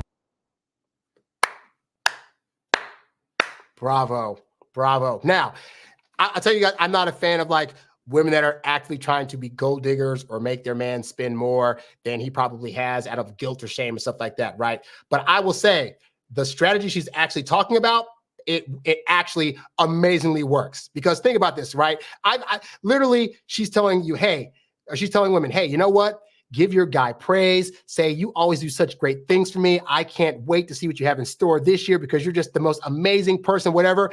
She is teaching women to stroke our egos to get out of them what they want. So now you're thinking women don't have strategy. Women are just naturally whatever. You're going to have a woman come to you and be like, oh, babe, I saw this restaurant the other night. I thought it would be so great if me and you were able to go, but I know you can't afford it. So just, but hopefully when able to get to go, and then she's going to walk off and you're going to be thinking, oh man, I want to make that happen for her. Cause and hey, I'm a guy that I've dated. I've been with women. I've been in long-term relationships. And it's funny because like, I'll see women do things sometimes, like either say things to me or do certain actions. And I'll think to myself, well played. Like you said the thing, we were in an argument and you said something in a way where you got your point across. You didn't devalue me, but it's making me want to change.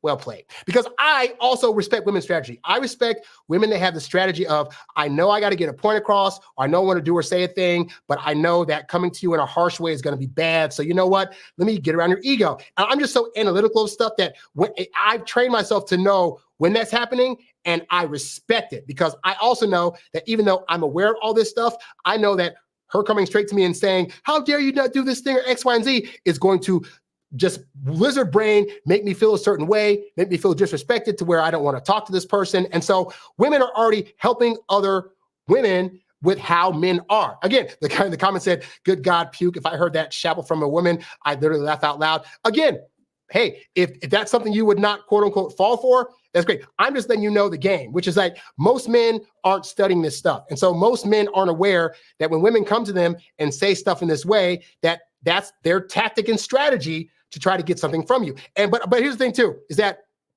I don't want you to be completely dismissive of how women present things or do things, because you got to understand, women have been observing men for years. And the one thing they know is that men don't like nagging and they don't like being complained to. The problem is in relationships, especially when you're first starting to get to know a woman, there are going to be things that you do unintentionally that are going to upset her. You're going to say a joke the wrong way. You're going to do an action where like maybe you like missed a specific date of something that she thought would be really, really important. And at that point, she's got a decision to make. She needs to address it with you, but how does she do it? If she goes direct, with the direct strategy, you're going to feel like you're getting attacked, that she doesn't appreciate your efforts, and you're going to have hurt feelings. Or she can go with, like, do what this girl talked about. Babe, I just think you do so much for me. And it's so great. I really appreciate all that you do for me. And I like the fact that we had this thing planned. Now, I know you couldn't make it that day, so whatever, but I really just wanted to spend that time with you. And I wish we could have gone through with a date.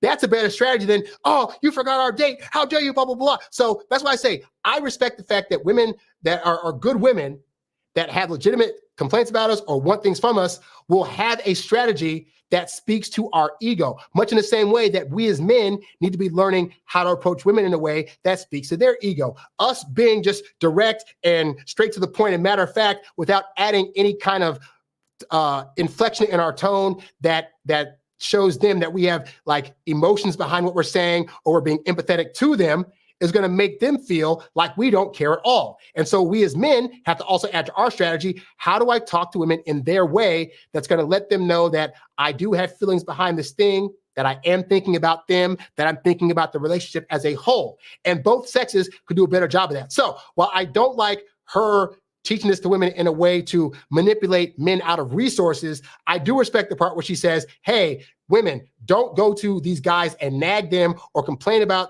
the things you're not getting, because that's going to make them feel a certain way and it's not going to be appreciative. So do it in this way instead, in order to uplift a man and make him feel good things about you. And all these strategies, by the way, can be used for bad or good. In this case, I'm not saying this is the best way to use a strategy. As I said in the beginning, some of the things that you're going to hear in these videos, I don't necessarily agree with. But again, the point is that women are out there teaching strategies. So now if a woman comes to you saying this stuff, oh, this is her strategy to try to get something out of me. At that point, you can decide if you want to address it or not.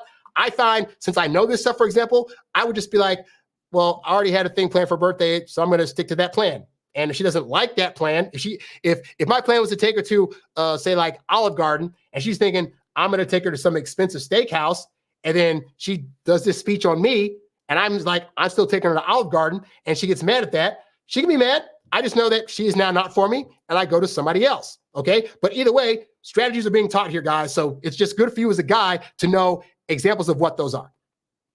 So let's move on to the next video here. Here we go. We'll just bring us on to the stage. Still get a man to do what you want him to do with. Oh, I think this is the same girl from the previous video. So, okay, so let's start this one over. So this is the next video. Here we go. You can still get a man to do what you want him to do without telling him to do it and still stay in your feminine energy.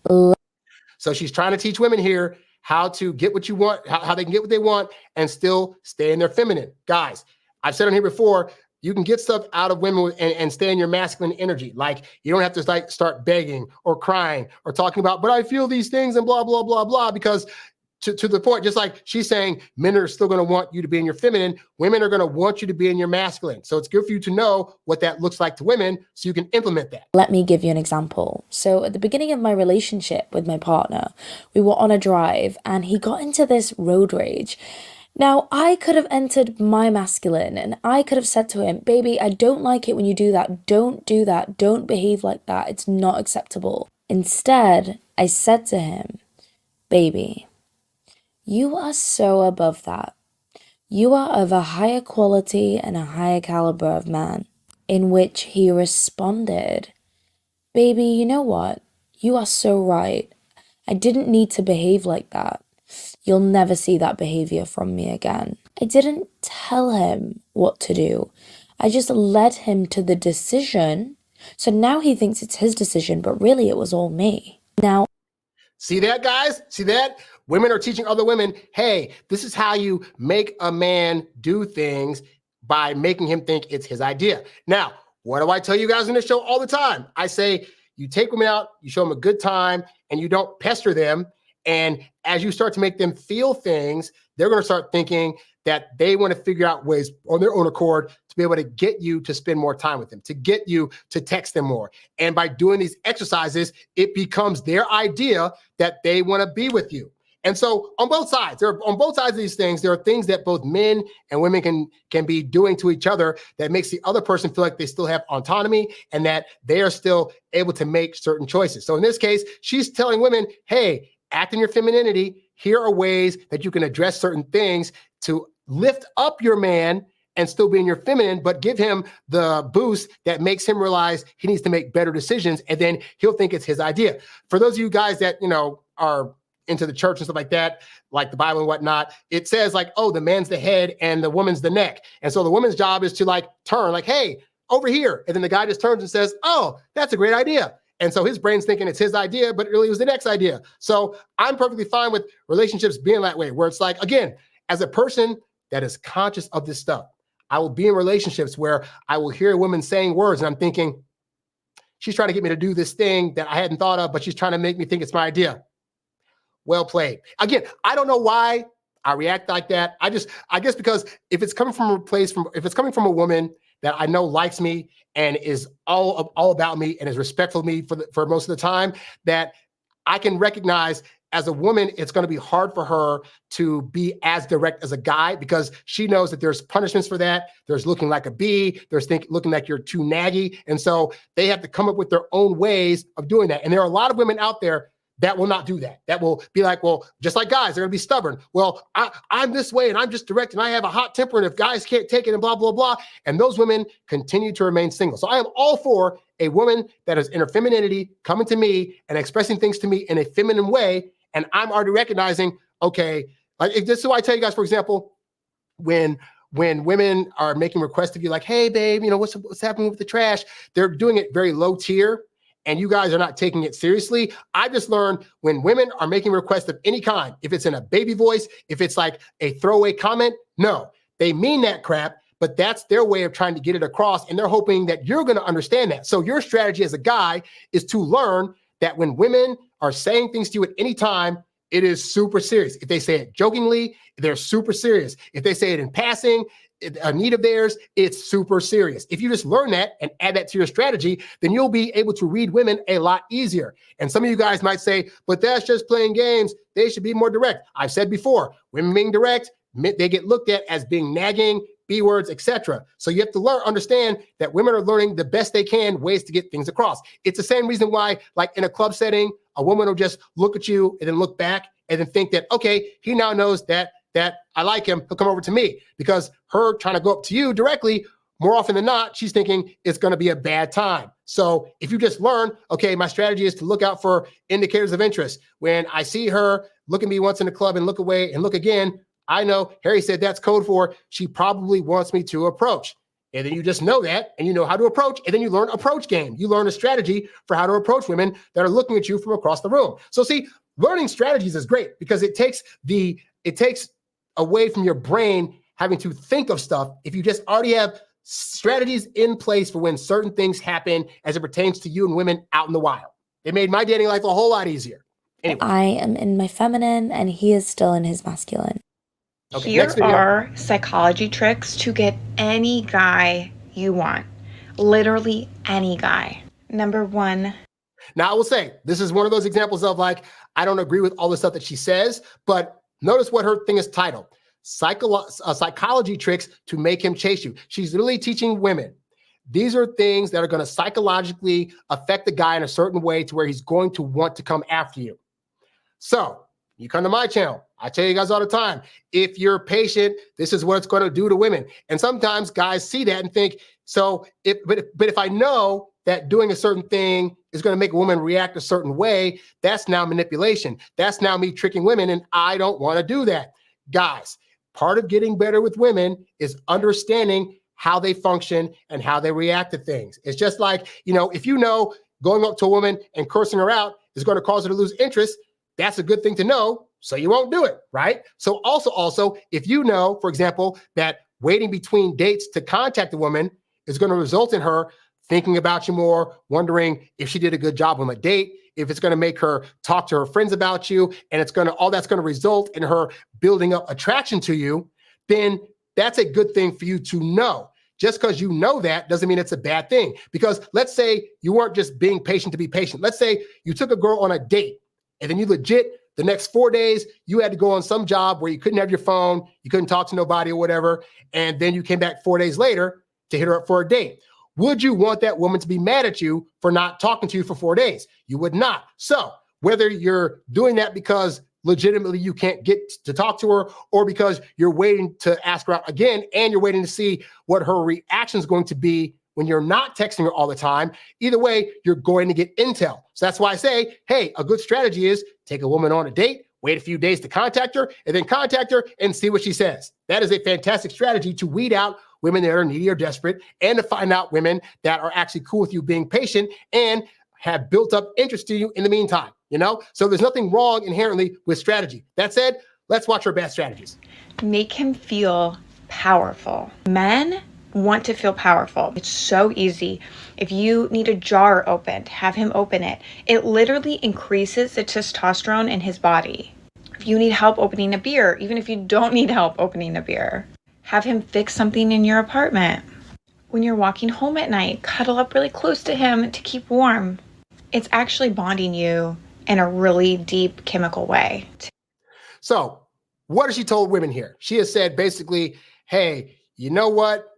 Like, if you are able to show a guy that you need him in some way, whether it's, you know, oh, you got to open something for him. She said, guys want to feel powerful. Guys want to feel needed. Guys want to feel worthy. Now, what I want you to do right now, guys that are watching this, I want you to remove the part of yourself that's having the initial reaction of, I don't like that. That's not fair. That's trickery. I need you to realistically think about all the videos across YouTube in general where guys are saying, I don't feel as though women need us anymore. Women got their own money, their own car, their own job. They don't need me anymore. So why would I do this? Women are watching those videos too. And what they're learning is, oh, men want to feel needed. I need to leave a space for him to be needed by me. And so she's saying, do that. Hey, you can open a jar by yourself, but you got a guy there. Let him be the one to open it. Hey, you've walked in this park tons of times by yourself, but now he's here and there's a scary noise outside. You've heard scary noises when walking before, but you know what? Your guy's here. He's going to want to feel as though he can protect you. So cozy up to him. Hey, I tell you guys, in a relationship, for example, like you need to leave room for your woman to be needed in some capacity. For example, I love it when women are like, hey, I want to like get you some new pants or new shirts. You know what? Because even though I'm pretty good these days with style, I'm a lot better than I used to be. I leave room for a woman to come in and be like, hey, I'm going to help you get some shoes or get you whatever, because I know that's going to make her, one, feel as though she's needed by me. But number two, it's allowing her to invest in me. Oh, so she wants to take me out to help pick out clothes for me, to pick out jeans and shirts or whatever. That is an investment of her time. If she's doing that, that means that she's trying to make her way into my life. And I'm all for that. So women got their own strategy to that. Yes, you, the guy that's like, oh yeah, women don't use strategies against me. Oh, but also this girl that I'm dating, she wanted me to come over to like help kill a spider. She's been single for a while. I can assure you she's killed spiders before, but now you're there and she knows that you want to feel needed and it's her damsel in distress moment. Oh, help me, there's a spider. Like she's going to allow that moment to happen to make you feel good. Not the worst thing in the world. Two, tell him no. Something in the male brain hates to love that word. Now, again, when I first heard this, I initially reacted like, oh, no, guys don't want to hear no. How dare? Wait for it. Pamela Anderson talked about this in her documentary, that anytime she dated a guy, she would look him in the eyes before they dated and be like, I would never date you. And then they became obsessed with her. It's because his ego then steps in and he's like, has to prove to himself that he can pull this girl. It's not even about you anymore. It's like him versus him. And that's when you're like, you're golden then. Now, again, it's very easy to initially react and say she's full of crap. And yet the number of messages and letters that I get from guys and comments under my videos where guys are like, Harry, I want to get this girl, but she says she just wants to be friends. How do I get her? Harry, I went on 2 dates with this girl and now she's ghosting. How do I get her? These women are essentially saying, no, I don't want you, or I'm no longer interested. And the result is, are guys going away and saying, I'll find somebody else? No. Well, they eventually do, but their first mode of operandi is to write me and say, how do I get her back? She seems to be pulling away, but I really, really want her. So there is something to be said for the strategy of not making women saying, hey, don't make yourself so readily or easily available.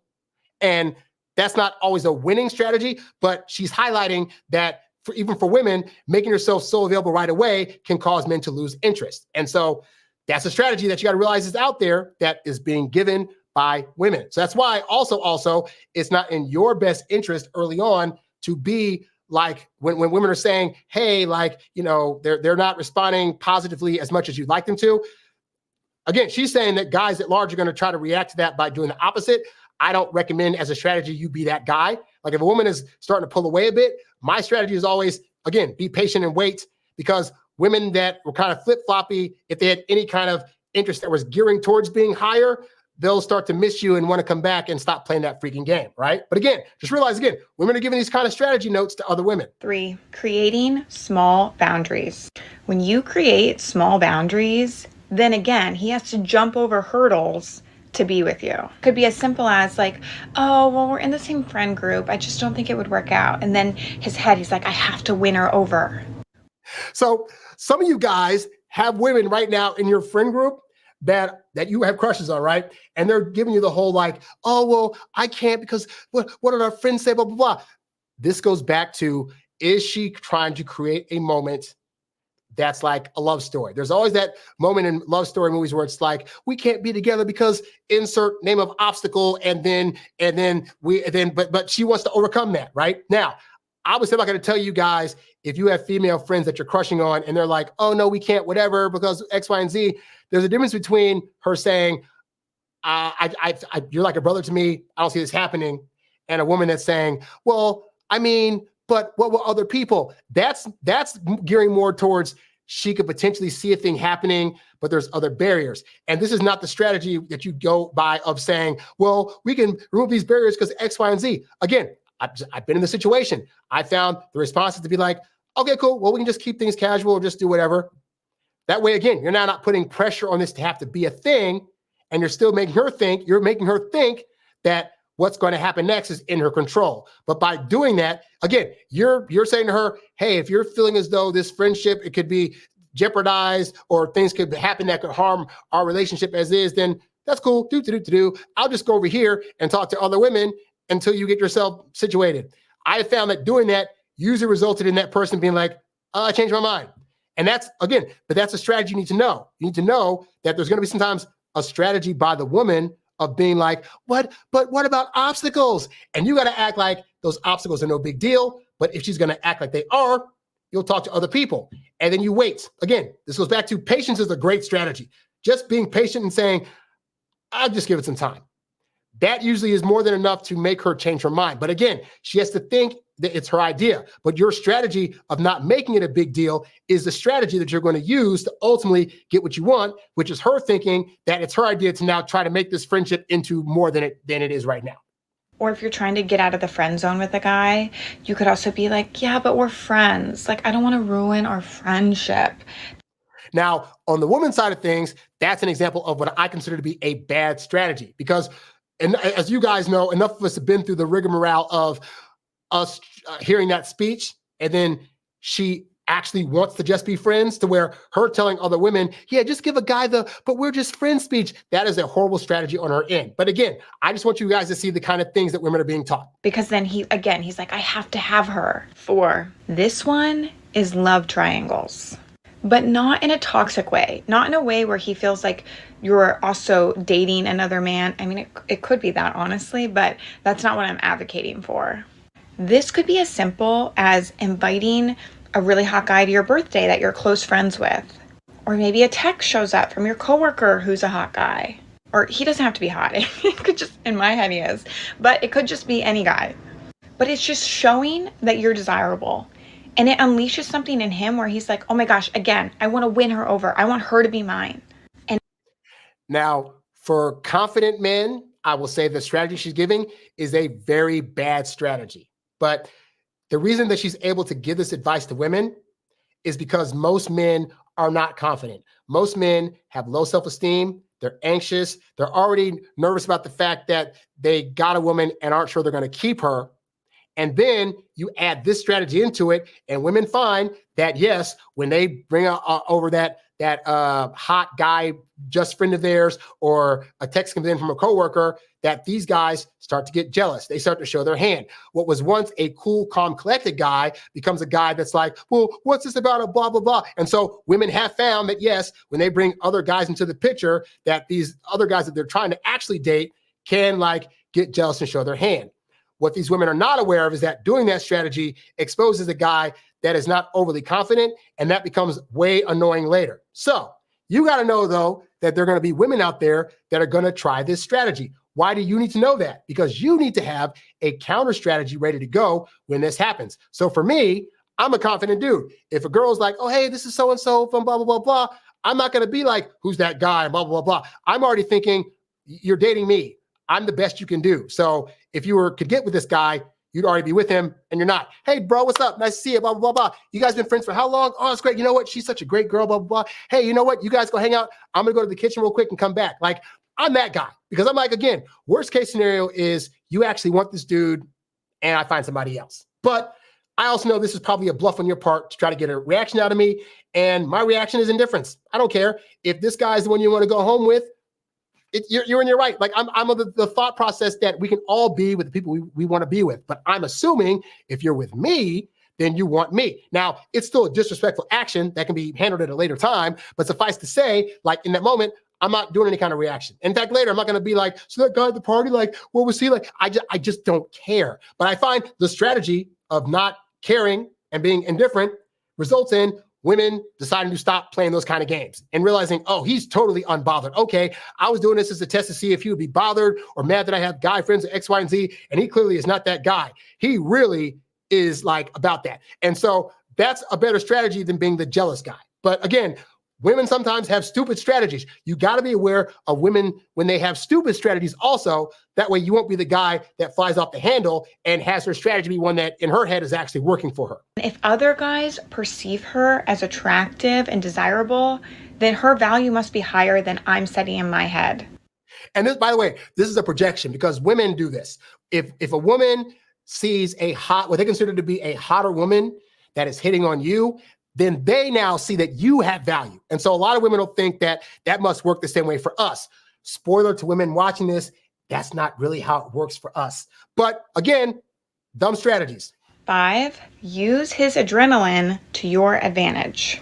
When a man has his adrenaline pumping, he perceives women as more attractive. They did a study on this, and basically they had 2 groups of men. One had to cross this like really scary bridge and then rate a woman on attractiveness. And the other one, the second group, they crossed just a regular bridge and they rated the women on attractiveness. And the first one, the scary one, they rated the women significantly more attractive. Why? Because their adrenaline was pumping. So you can use this to your advantage. You can go bungee jumping. You can also go to a scary movie. Stress him out enough where his adrenaline is pumping and then it bonds you. But it shouldn't be stress as like work stress or like you're fighting stress. It should be like fun, exciting adrenaline. Now, interestingly, this also works on women. That study was also done with women whereby they're put through a stressor thing and then asked to rate guys. And they found the guys way more attractive after they had gone through like adrenaline pumping stuff, right? So this is actually like a winning strategy. So now think about this, right? Think about the fact that you're upset because you want to just do simple dates like a drink date, a come to the house date, a walking date.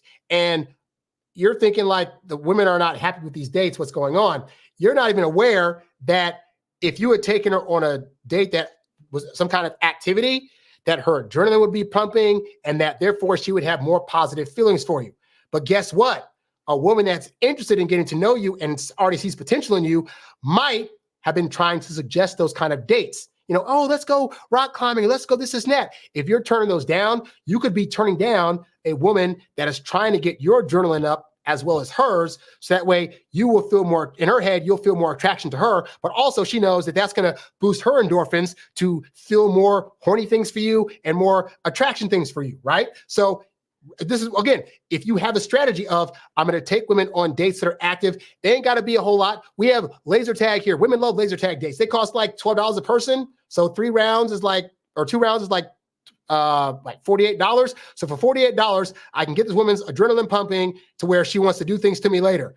that's worth investing in. So that's a good strategy to add to your arsenal to try to think of more active dates. Not necessarily the first date, because the first date you do want to like sit down and get to know her, but those subsequent dates, you should be adding a hiking or bowling or something that's going to let you guys interact with each other and also possibly touch all over with each other. That's why, like, you know, doing dates where you go dancing, like salsa dancing or swing dancing, you got to touch each other, you're moving, there's adrenaline. These are all great strategies in terms of dates. So again, when you have a strategy, it's going to help you get women, but also recognize they're bringing their own strategy to the table. Continuing, here's the next video. Most guys that I've hooked up with tell me that I'm a really good kisser. So I came up with a list of 5 ways to become a better kisser so that he'll become addicted. Number 1, Yes, guys, women are out there thinking about, from like a young age, they're practicing kissing on their hand or kissing their best friend, but they're learning up on, when I finally get to have those kisses, what kind of kissing do I need to do in order to keep a man attracted to me? bite, but calm down. I also have biting kinks. Some people might be more into that than I am. This is just my personal experience and advice.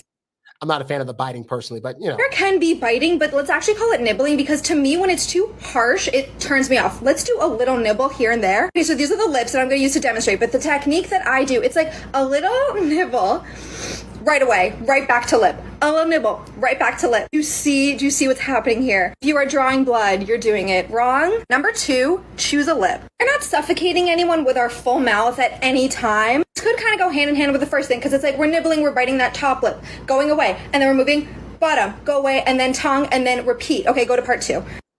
But there's more strategy that I don't have here, but you get the point, right? Is that she even here, right?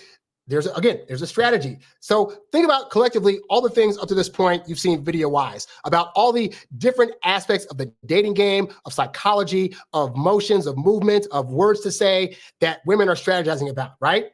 And then you're sitting there thinking, but I don't need a strategy, but I want to be myself.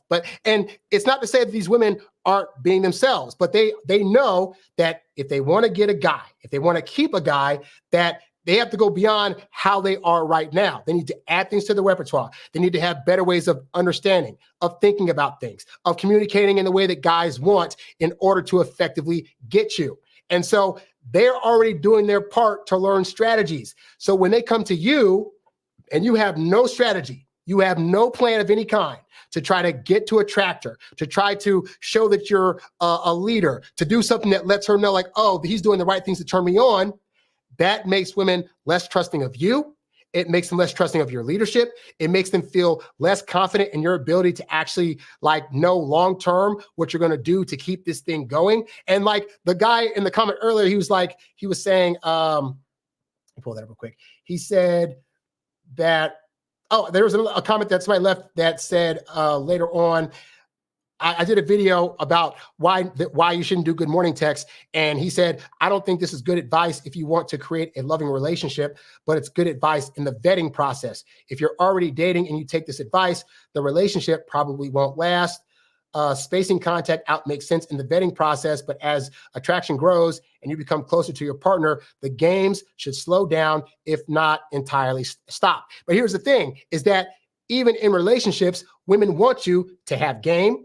They want you to have a strategy to keep them. They want to know that you're still doing things to put forth the effort to continue to keep their interest going. And what a lot of men, and to be fair, women, but this is the guy's show, what a lot of men do is they get the woman and think, that's it, I'm done, I got her, I ain't got to do nothing else. I did all the stuff Harry told me to do to get her, and now I can just sit back and let her do all the work. And I got news for you guys.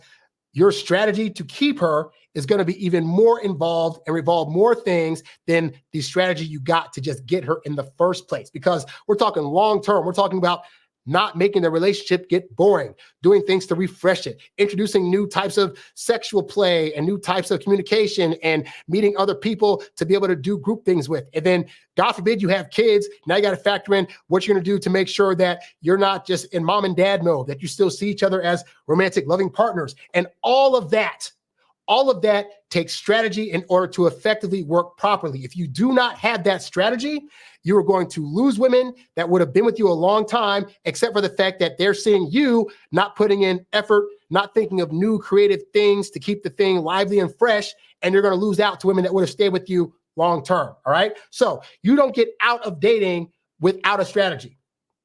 Anyway, continuing on, we have like 9 more videos, guys, just, because I'm going to cut these up into clips later and then put them on my channel for people to really like bask in. But again, in the course of this, if you have any questions that you want to ask me about anything in general as it pertains to dating, I will answer them during this live. So keep that in mind.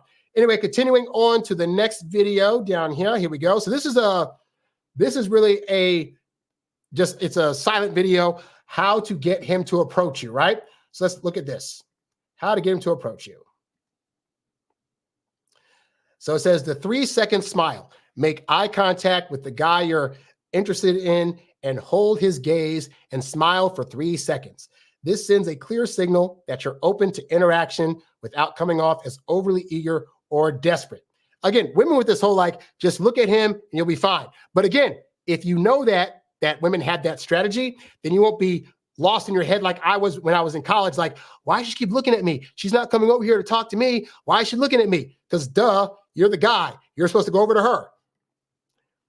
Let me see. Then it says, don't be on your phone. The more distracted you are, the less likely he will approach you. Don't be on your phone. Don't have your headphones in and try to go to these places alone or have a friend leave for a moment after you've set your trap. Look, they use words like trap. Do this thing to set the trap for guys that come by. So again, as much as men get bashed for the language that they're using as it pertains to getting women, women have their own set of languages that we could say it's not misogynist, it's misandrous. But again, women amongst themselves know these things. Oh, how to trap him, how to psychologically grab him, like all this other stuff. They're using those terms too to get us.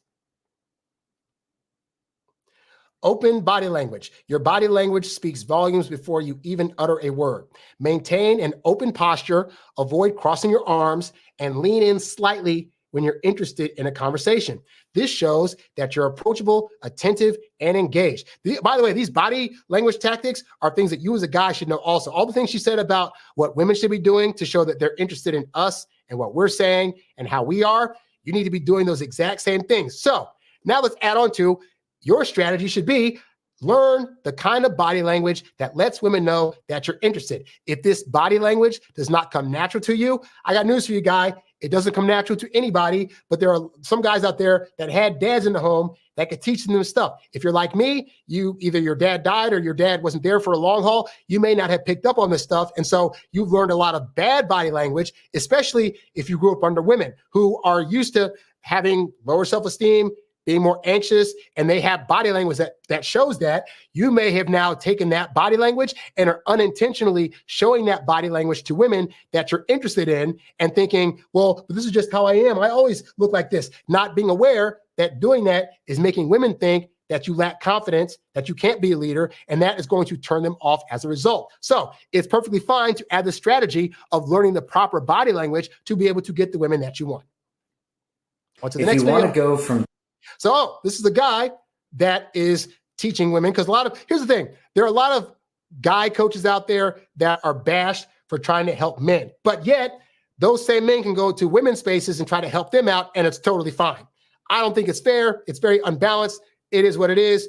Anyway, so this guy's going to teach women how to get a guy to make the move to kiss. Here we go. Talking to kissing a guy. There's a very simple thing that you can say to him that will not only get him to kiss you, but also think that it was his idea all along. Here's what you do. You say, hey, you need to stop looking at me like that. And he's going to be like, looking at you like what? And you say, you keep looking at me like you want to kiss me. Now, he may not have been looking at you like he wanted to kiss you. He has no idea. He might just start thinking, you're putting it in his mind, and he's thinking now. See that? So he said, you're putting it in his mind. Women are learning strategies already to put things in your mind as if it's your idea. This is a strategy that women often use. So me coming on here and saying, hey, if you do X and Y thing, it's going to put in her mind something, or it's going to make her think it's her idea. You're thinking, again, that's game playing. That is strategy. And that is a strategy that women across the board, again, regardless of what kind of background she comes from. Because I've heard guys say, well, a quality woman, yes, a quality woman will also use these strategies to get the men that she wants, because at the end of the day, women are womening. And They want to do whatever they can do to not be that spinster or that lonely girl, especially when she's like 30 plus and all of her friends now are married, have families, have babies, are going on vacations with their husbands, and they're left out in the cold. You're telling me that woman wouldn't try to implement any kind of strategy or do any kind of studying to be able to eventually not be single anymore? So I don't fault them for that, because I want women to follow good strategies that are going to result in me feeling good about them. And so you as a guy should be thinking of this. If you come up with a winning strategy, all that means is that you are doing or saying things to women that you actually want to get with that are making them feel like they're loved and cared for, and that you're taking them on a path and guiding them down a pathway that they want to go. It is actually a net positive for you to do strategies on women when you're dating them. Maybe I was looking at her like I want to kiss her, and then go, oh, it's okay, it's okay. If you want to kiss me, just go ahead and do it, right? And so then you're giving his ending to that is very weird. Him permission to do it, and then when he builds up the courage, or if he has the courage right then, he'll go ahead and try to kiss you, and it's a great way to get him to kiss you.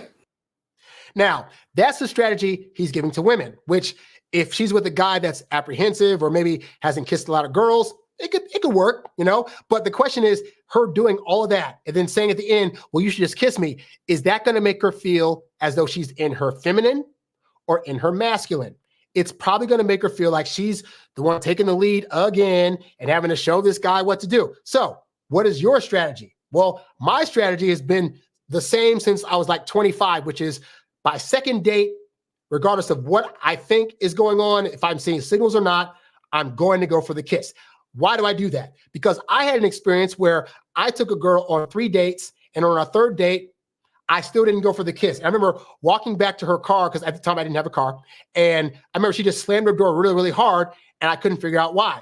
Kind of find out later on, it was very frustrating because I hadn't made the move yet to try to kiss her. And after that, I could not get her on a date. And so I had already read on the 2nd date that she probably wanted a kiss, but I was still in that phase where I was just too nervous to make that move. And that date made me realize, you know what, guy, regardless of what's going on in your head, most of these women are probably already thinking about the kiss by date 1 and are anticipating it happening on date 2. So whether you are knowing what's going on or not, your strategy should be to go for that kiss, because you're going to get more intel going for the kiss than you ever would being stuck in your head. And so since then, when I've gone on dates, either that 1st date or 2nd date, I've gone for the kiss. And I found that has been a winning strategy. But again, they're already coming up with strategies on how to make you want to kiss her, whether it's her getting told to look at your lips a little bit longer, or whether it's being told, look into his eyes and look back and then say, I had a real good time, and then just kind of fumble with your keys. Like they're being given these strategies of all this body language they need to do to hopefully signal to you that you should kiss them. So now your strategy's got to be know what that body language looks like, but also know if you're not getting that body language, still go for it, because worst case scenario, she'll give you the cheek, at which point you know either she's not there yet or she's not interested, and you can stop wasting your money. So going for a kiss on a 2nd date is always a winning strategy. Continuing on. To make him commit. Oh, sorry. This is the sprinkle girl. So the guy, you know, I have a song I did called Drizzle Drizzle, which is a pushing up against this kind of stuff. So I'm not the biggest fan of hers, but again, I'm trying to get you guys past the bias of these people to see the kind of things that women are being told on their end of the strategy game. So let's go. All you got to do is not act like you want commitment. Start talking about life without him, your future, where you're traveling in the next couple of years, how you one day want to go to some place on your honeymoon, not our honeymoon, but your honeymoon, or how it takes a lot for a man to impress you. And so you probably, you know, most of the guys that you meet are not husband material. And usually when you say that or something like that, men will try to become a husband material and impress you. And then he starts thinking about marriage because you put it in his mind. Now, it sucks, guys, because I'm watching this, I'm hearing her, and my initial reaction is, that's some bull crap. That's not true. But wait a minute.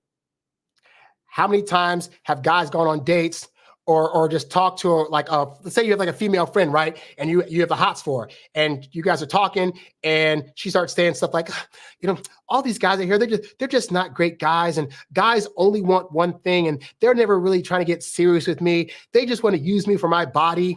What is our gut reaction to that? What do we want to do when women say that to us? We want to be like, well, no, I'm not that guy. I would totally commit. I wouldn't treat you like trash. I wouldn't want you just for sex. So even though it's coming from this lady, there is some merit to what she's saying. And so what she's telling women is, hey, a winning strategy could very well for that guy that you want to get with, but maybe it's like moving too slow or not quite giving you what you want. Just tell them, I don't think there's any guys out there that would ever treat me right. And then watch them come running in. And guys, we have Cape syndrome. We have the S on our chest, under our shirt, ready to go to make a woman feel good. If we hear a woman is never been with a guy that treated her right, we want to be that guy. Oh, no, I'll totally be. So women are being taught this strategy, guy, and you got to be mindful of it because you might come across that girl and you're thinking, this girl would never date you. And then she starts talking to you. Oh, I just can never meet any good guys. And why can't they be guys that just treat me well and blah, blah, blah. And that could be, she's saying that around you thinking, maybe you'll be that guy. Now, that doesn't mean you go directly in and do the thing of, oh, no, I told this and that. But you just be mindful of that she's using this potentially as a strategy. And then you come up with your strategy of how you're going to make this thing go forward if that's what you want to do. All right. So you got to know this stuff. But not as an ultimatum and not as what you're trying to rush into, but something that you're just noticing. So you're not really having high hopes for men these days to be husbands. So again, she's putting out there, ladies, don't use an ultimatum because men don't like that. You got to make it what? You got to make it seem like it's their idea. So women are also being taught the strategy of make the other person think like it's their idea. You guys are saying, but if I do that, it's a trick. I'm telling you, women are already doing that to us as a strategy, and they don't see it as a bad thing. So it's not bad for you as a guy to also have the same strategy. If her wanting to be with you means you having to make her think it's her idea, and that's the most comfortable way for that to happen, let that be the strategy. Because you don't see any husband material around. And once they hear that, they're going to become husband material and then try to impress you. And now their goal and their challenge is to get you to be their wife. Again, I'm not the biggest fan of this lady, but clearly she's had some experience in this area. And again, there are men out there that this would actually work on. So it's literally just reverse psychology. There's that word again, psychology. I teach you guys in here all the time, strategies about stuff and about why it works and how it's gonna land in a woman's brain. It's not bad to know those things. Both sexes knowing how the other one works, it actually results in less conflict and being more able to know what the other person needs in a relationship. And making them seem like it's their idea. Okay, so this next video, so this next video you're about to see, this lady is going to give what I consider to be a rock solid hint, tip, strategy. And hopefully some of you guys have experienced this because you'll be able to be like, wait a minute, I did this one time and the woman did this to me and oh my gosh, here we go. Hack, my mom told me that weirdly, oddly, stupidly worked. She said when you invite a guy over, you should be baking cookies before they get over so that your apartment still smells of cookies. So the first time my boyfriend came over, he was like, and I'm like, he's like, whoa, your apartment smells so good. And I'm like, what? This is always how it smells. It's like always naturally like this. We tricked him and we manipulated them. And now every time they smell a cookie, they think of us. Bake your cookie. You see that, guys? Like, women are teaching other women how to psychologically get into our brains with something as simple as cooking because they know, like, I think about the things that like I've eaten over the years. And like when I was a kid, my mom made certain types of desserts and certain types of cookies and cakes and stuff like that. And so they know, oh, if a guy walks into your place and smells that stuff, he's going to have memories of that. He's going to be thinking, oh my God, this woman can cook as good as my mom did. And she cooks really well. And she's making this great stuff. And it's going to trap you. Now, let me ask a question, guys. Do you see that as a manipulative strategy? My answer is I do. That is clear manipulation.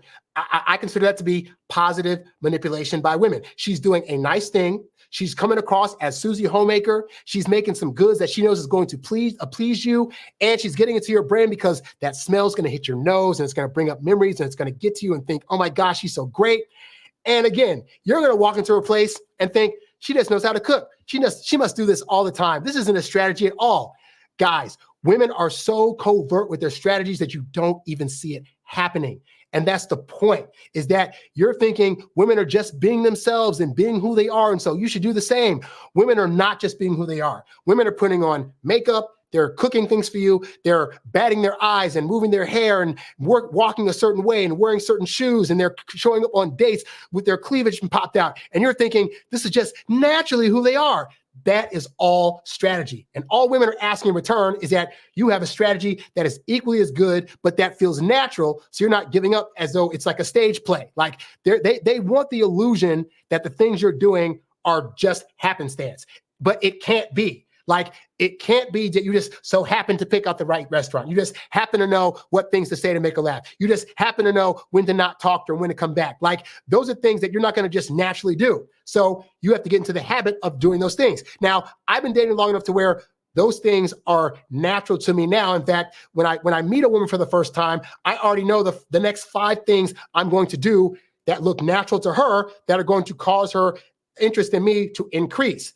But it's a woman that I actually want to treat well and that I actually want to get with and that I see value in. I'm not doing this to try to trick a woman into bed and then leave her. And so I think what guys get mixed up is they think having a strategy equates with being a bad guy. Nice guys need to have a better strategy than just showing up and being nice, because that strategy has a lot of impracticalities and faults to it, because think about the number of nice guys that go on dates, try to be their nice selves, and then the niceness doesn't work. Now they turn into angry guy. Well, if they'd had the strategy of being indifferent and knowing when to stand up for themselves and being to say no to things, then they wouldn't be in that position. But they thought their strategy of not having a strategy and just being a nice guy was going to work for them. And then they still end up getting butthurt and showing negativity when that doesn't work. So because you're going to have a strategy anyway, it behooves you to learn the strategic things that are going to cause a woman to have a good time and have good feelings about you, to women, again, that you actually want to get with, and then see how that works out. Because again, women are learning how to cook and learning how to put on makeup and learning how to stand in certain ways to look as best to you as they possibly can. This is not a bad thing, guys. One thing my mom always tells me about dating is that you don't really ever know the person truly until 3 months later. Oh, so for one, I want to point out that, again, you notice moms and other women in these women's lives are giving them strategies to work towards getting you. All right. So that's why I say women are already getting help most of their lives as it pertains to trying to attract men. So I think sometimes us guys think if we're not knowing how to do this stuff automatically, and if we can't do it solo, then that's a bad thing. Guys, everybody needs help in certain areas. I needed help in dating, so I looked up coaches and I, got around other guys that knew what they were doing. Heck, I talked to my brother because he's been married for it'll be 15 years this year, And so it's okay to get help, and it's okay to have other people give you insights into what things are going to actually be beneficial to when you're trying to get women versus you doing what you're doing now and not getting the results you want. We need to get out of our heads that we have to be Mr. Do It ourselves and get into just because somebody else gives me a tip or gives me a little piece of info that's going to help me with women, that's now playing games, and therefore it's a bad thing. Because again, women at large are being told by their aunts and moms about what to do when they start dating. Anyway, on to her strategy. She mentioned her mom said that a guy can change up in 3 months. And so she's recommending that a woman take 3 months. What do I tell you guys? It takes a woman 2 to 3 months to solidify her feelings because she's spending that time trying to properly vet you in order to make sure that you are who you say you are. So your strategy of trying to wife her up after 2 dates and ask, where are we and can we be in a relationship, is a bad strategy, because even if that's who you are and you're already feeling all the things, you're not taking into account her strategy that she needs to do to make herself feel more safe around you, which is take my time to get to know this guy and to make sure that he's consistently showing up in the way that he's trying to make sure he's the good guy. That is so stressful to me because then I'm just like sitting here dating, going through the motions, just praying, hoping that you're the same person that you were acting like this whole time. And some alternate personality isn't just gonna pop out and I'm gonna be like, who even is this person that I was talking to? Who even is this? Makes sense though, because in the beginning, guys know they're kind of trying to hook you in, trying to get you. So they'll just kind of match whatever they think that you need or you like. And then 3 months down the line, you're like, oh, this is who you actually are. These are your true colors. And here's the thing, guys, she's not lying, because the number of women friends that I have, and even women that I've coached that have told me the thing of like, yeah, this guy was this way for X amount of time, and then as soon as he got what he wanted, he changed up, or he started like ignoring me, or he went ghost. Like, those stories happen enough to women to where they very much are like, you know what?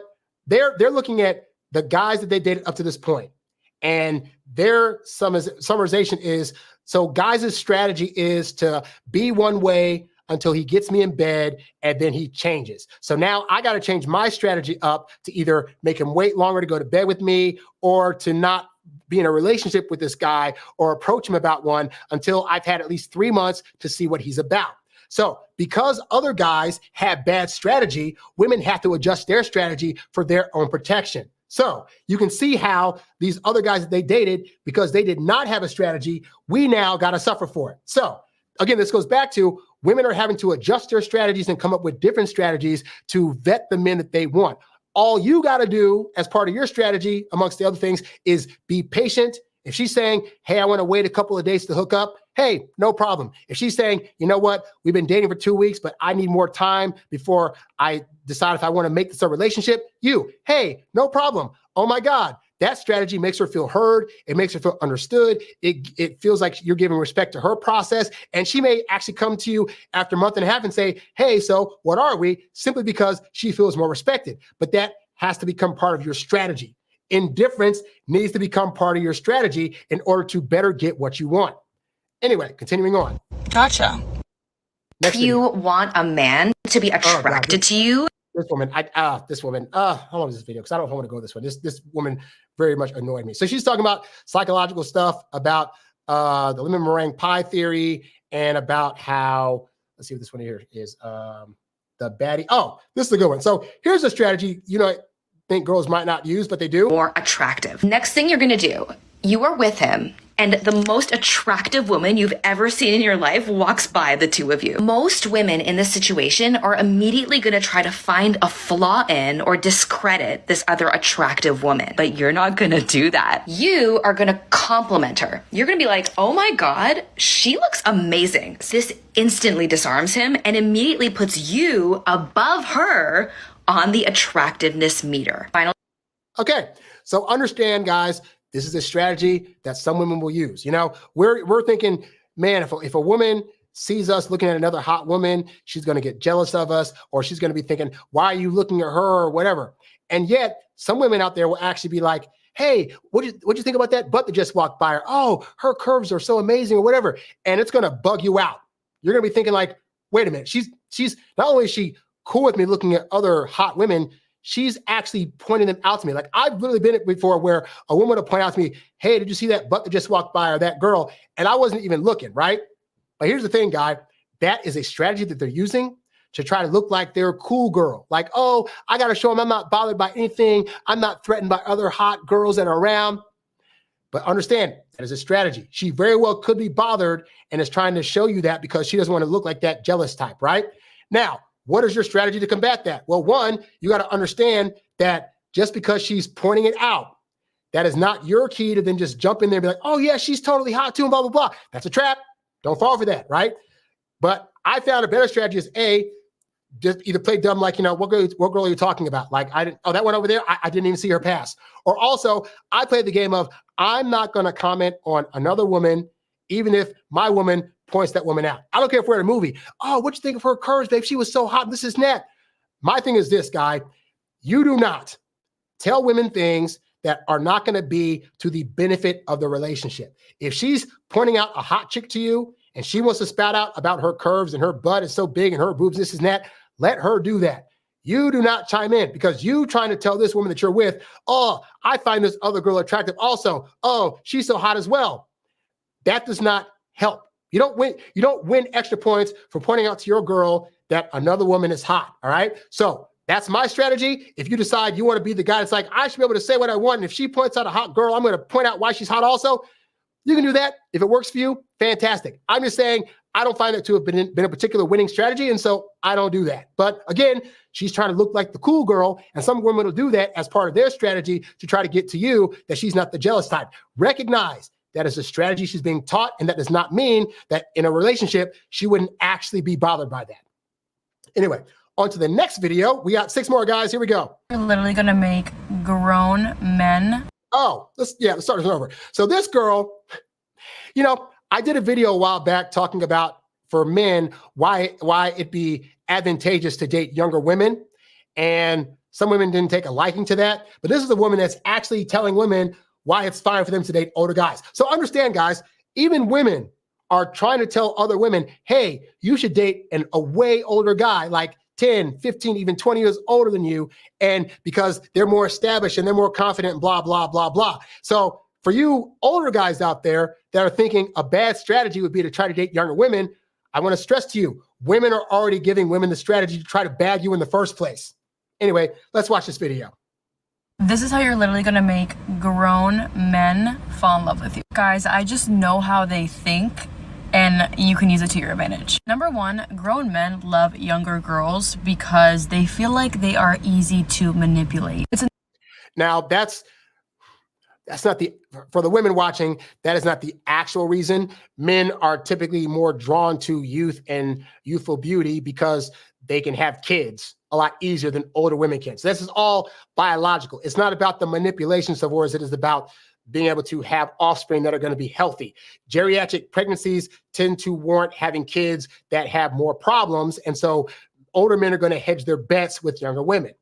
Anyway. It's a known fact that women their age are very firm on their boundaries. They're very confident in themselves, probably gone through a divorce or 2. Older men are obsessed with potential. They love a girl who works out, who is very well put together, who has the clean girl and kind of innocent girl look. They are simply attracted to how much life, how much potential you have. They also love a... So in terms of the stuff she's saying about like, older men like younger women because X, Y, and Z, that's all bullcrap. But her giving the advice to women about, keeping yourself fit and healthy and whatever, those are all benefit strategies to you. Like her telling women, be in shape, try to look young and all sort of stuff, like that's advantageous to the women that want older guys. And that's advantageous to you who should not be worried about what society is going to say when a young woman hits on you, because there are women out there that are advising other women to actually date older. Girl who has the things that they love about older women their age, but who doesn't have the things that they don't love. Meaning you have very classy style, feminine style. You have manners, you have taste, you're cultured, you're educated, but you're not bitter. You're not a wounded feminine who's upset at men. Don't have a lot of trauma from all of your past relationship. Use this however you want to. Before I found my amazing boyfriend, who I hope will be my husband one day, I was dating older guys in their 30s and 40s, and they just know how to treat women. So I'm for it all the way.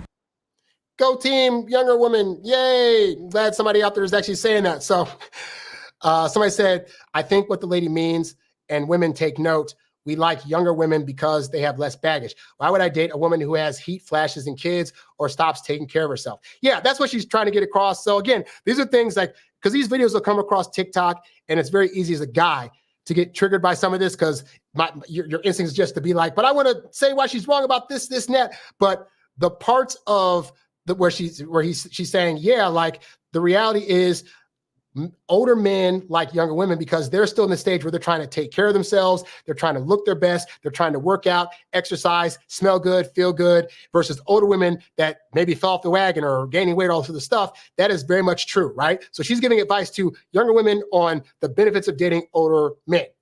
For you guys, again, part of your strategy of dating should be considerably, yeah, when you date younger women, they look at you as more of an authority, and that therefore, because you've lived life a lot more, they're going to be more trusting of you than maybe women your age. Now, this is not to disparage women that are your age, because I've also dated women that were my age or even slightly older and also had no problems with that. It really does boil down to where her frame of mind is in relationship to how she sees you in the relationship. And a lot of that comes down to how are you as the guy showing up in a relationship. If you're showing up as a confident guy who doesn't have any anxiousness and is a leader, you could date a woman that's 5 years older than you and the relationship go perfectly fine. And there are women out there that are also older than you that would be good candidates. But on a probability scale, you're more apt to have more success with women that are younger than you because, again, you have more life experience. Most women find that men that are their age are not on the same maturity level. And so that's why they're on average looking for men that are older than them, sometimes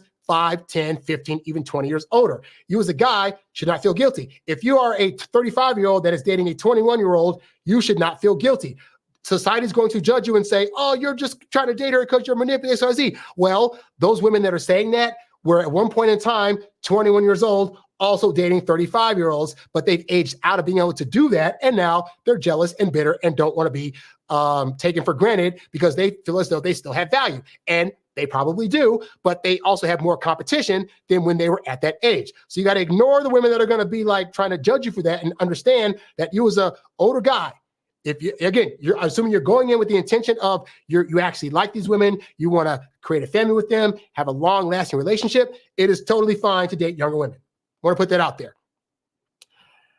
We got a more of a comment in the chat. He says, Coach, I tend to frequent a place where people from all ages go, especially high school girls. I never make the move because I'm not that R. Kelly stuff, but some are older, but it's the younger ones that look at me. What did you do in that case when a hot 18-year-old wants to date you? Well, look, this may not be the most popular answer, right? In this country, if a woman is over the age of 18, and in some states, over the age of 17, she is a legal adult. She is legally allowed to make her own choices about what she wants to do and the people she wants to do things with. If she is of legal age and you find you have built a rapport with her and there's attraction there and you're looking at her like, oh my God, she wants to bang me and I want to bang her, legally, there is no issue. Therefore, I have no issue. Now, there are people out there that will say, but Harry, she's only 18. She's being manipulated. Women don't have their brain solidified until they're 25, so they could be making bad decisions. I'm sorry. I have to combat that because in this country, at the point that you turn 18, you are eligible for the military, which means they're saying you are the legal age to decide if you want to go across the country to another country and be in a war where you will actively kill people or unalive people. You know, at 18, we are told, hey, you're old enough to decide that you want to take out a huge amount of debt in order to go to an institution for 4 years that isn't going to actually be helpful, but we're going to convince you that it is going to be helpful. So, but hey, we're going to put it on you right now at 18 to make that decision. We in this country place so much responsibility of things on an 18-year-old shoulder. And then when it comes to dating, oh, but you're an 18-year-old woman. You can't decide that you want to date an older guy because you're still stupid. So which is it? Are they're too dumb to make a relationship decision or a hookup decision, but they're smart enough to get into massive debt and go fight in the country and be in a war. Like those things to me don't add up, which is why, again, I have no problem if you're 35, 40, 50-year-old guy wants to date an 18-year-old. I say you're consenting adults, go for it. May not be the most popular opinion, but again, look at what I just said. It is what it is. If you want to be mad at that, then hey, I say women, learn from your elders about how to look out for the right guy. Maybe learn why it's not to your advantage to date guys that are extremely older. But sorry, guy, like, I don't feel bad about that. I just don't. He says, I agree with you, Coach. The majority of dudes that have a problem with that are dudes that don't get the attention themselves. And women who are jealous get mad, but they are quick to have fun with the pool boy. Yeah, this is the thing. People are very hypocritical. And people will get mad at a situation until they themselves are in it. For example, I had it where in my 30s, I was able to date somebody that was in their like lower mid 20s, right? I had never done that before until I saw a video on YouTube and there was a person that was talking about about the benefits of dating somebody younger. And up to that point, my dating profiles, I would put, I'm looking for women in the age range of, I was in my 30s, so in my 30s. And I said, you know what? Maybe I am like actually preventing myself from meeting people that would actually be great, because I have a bias about dating them if they're younger than like 25. So I set my profile to like, I think 23 to like 32. And I met a 24-year-old, and she was in grad school or she was in her last year at college, about to go to grad school. And so we dated for like 5 or 6 months until she was going off to grad school in another state. And you know what? It was one of the better relationships I had. I have no regrets about that time spent. And I wasn't trying to date her to manipulate her or to try to trick her or whatever. I just thought she looked like a fun time, and she thought I looked like a fun time. And we had fun times together, took her out on actual dates, went to like, museums and concerts and stuff like that. Like, went to the beach, went to Vegas together, like had a great time. And so I say it because, like, again, I think, here's the thing. Society will make men think that if they're doing certain things, they are automatically bad guys. Guys that are trying to be nice guys don't even want the idea of that title being attached to them. So if you're a 35-year-old guy, for example, and you've been told if you date anybody under 3 years younger than you, then you're a bad guy, then you're going to think, oh, okay, I don't want society to judge me, blah, blah, blah. But in a relationship, if you really think about it, on the day-to-day, the majority of the time is going to be just you and that other person. Rarely are you going to be in front of other company? Rarely are you going to be seeing family all that much or being in front of friends all that much. It's going to be you and her. So if the few times you go out a year to see some people with this other person, you get judged because, oh, you're dating a preschooler, X, Y, Z, whatever. Who cares? The day-to-day is you and that person. And if you and that person are okay with the situation and the age gap, those are the only people that matter, darn the rest of society. So that's my thought on that, Anyway, continuing on here. Stay away from the manipulative ones. Oh, she had to add the partner like, oh, but an older guy that's manipulative, don't do him. Okay, so now this next tip. Here's another great example of a woman giving out a tip to another woman in order to get men to come to her and to possibly like attract them, all right? I'm 5'10" and a half. I'm like 5'11" tonight. And whenever I put my perfume on, obviously, I give it a good spray everywhere. So for one, she's telling the women, hey, you want to wear some good spray perfume, because obviously that's going to be something that draws men in. But she takes the strategy a step further. But then I always make sure I put like extra on my scalp because I want to attract tall men. So like the men that are like here below, I honestly don't care what they think I smell like. The men that are like not even eye level to me in a good way, I want them to walk by me and be like, ooh, whose scalp am I smelling? So think about this, guys, right? Because again, a lot of the arguments that guys will have in my stuff is thinking that they got to be their true authentic selves and that they don't want to do they don't want to do any kind of thing that's going to trick women into wanting them. This is now the second video I've shown where a woman has something that correlates with smell and getting a guy. The first one was, hey, I baked cookies for my now boyfriend and he walked in my place and smelled, oh my God. So now we have another woman here that's saying I wore a perfume, but more than that, because I want to get guys that are taller than me, they might not smell me from all the way up there. So I'm going to put stuff on my hair. So that way, when a tall guy walks by me, he'll be like, oh, what's that? What's going on? So, but now here's the thing, guy. If you're a taller guy, right? And you see her in the club and you walk by her and you smell her, you're not going to think that's a strategy. You're going to just think, oh, she wears this scent all the time, but she smells really good. Oh my God. In fact, your brain's not going to even be thinking about, did she spray this on intentionally to try to get a guy? All you're going to think is, she smells good, and that means sex. I want sex with her. I got to go talk to her. And yet that entire act, she done just told you on TikTok that was a strategy she did to try to do what? To try to get you. Women across the board are doing all these things to try to get you. And you're thinking, but I don't want to do anything to try to get her. That's manipulation. Women want to see effort. Women want to see that you're doing things to get her. And when you're not, you're doing yourself a disservice. Anyway, continuing on.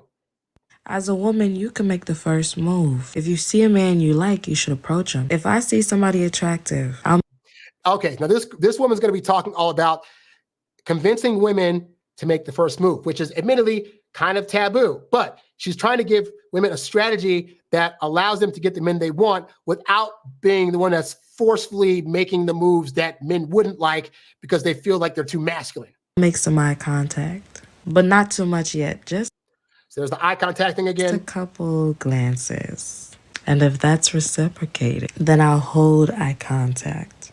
And if I'm feeling spicy, I'll do a wink or I'll smile. You kind of have to. Okay, so it's, again, this is one of those things where it's good for you as a guy to know that this is a strategy women are using, because you're seeing women at parties, at networking events, at friends' places, and you're thinking, she's just looking at me, what's going on? So now you know this is a strategy women are doing to try to get your attention. The question is, what is your strategy going to be to approach this woman? Because yes, she's looking at you and wants you to approach. What's the approach? What things do you say to her when you walk up to her? These are the kind of strategies that I teach in my program at the Introvert Dating Success Academy community, where I have videos that talk about, you know, when this kind of stuff is done, what's the first move you make? How long do you wait to talk to her? When you get up to her, how do you segue into a conversation with her that's going to make her realize that it was a good idea to signal you over in the first place? From there, how do you get her number? How do you ask her on a date? And so forth and so on. And these are the kind of strategies that if you have them, any woman that you see looking at you, whether it's in public, at a party, whatever, you're going to automatically know what to do. But if you don't have a strategy, you're going to sit there dumbfounded like, oh, she's looking at me. And now I guess my strategy is to wait here for her to come over to me, to look at me and to say something to me. And that strategy is going to be one that's a bad strategy, because most women don't want to approach men. They want to do their strategy, which is look at you and give you a wink or so. And then she wants you to have the complementary strategy of then going over to her and knowing the next few moves to make her feel more things for you.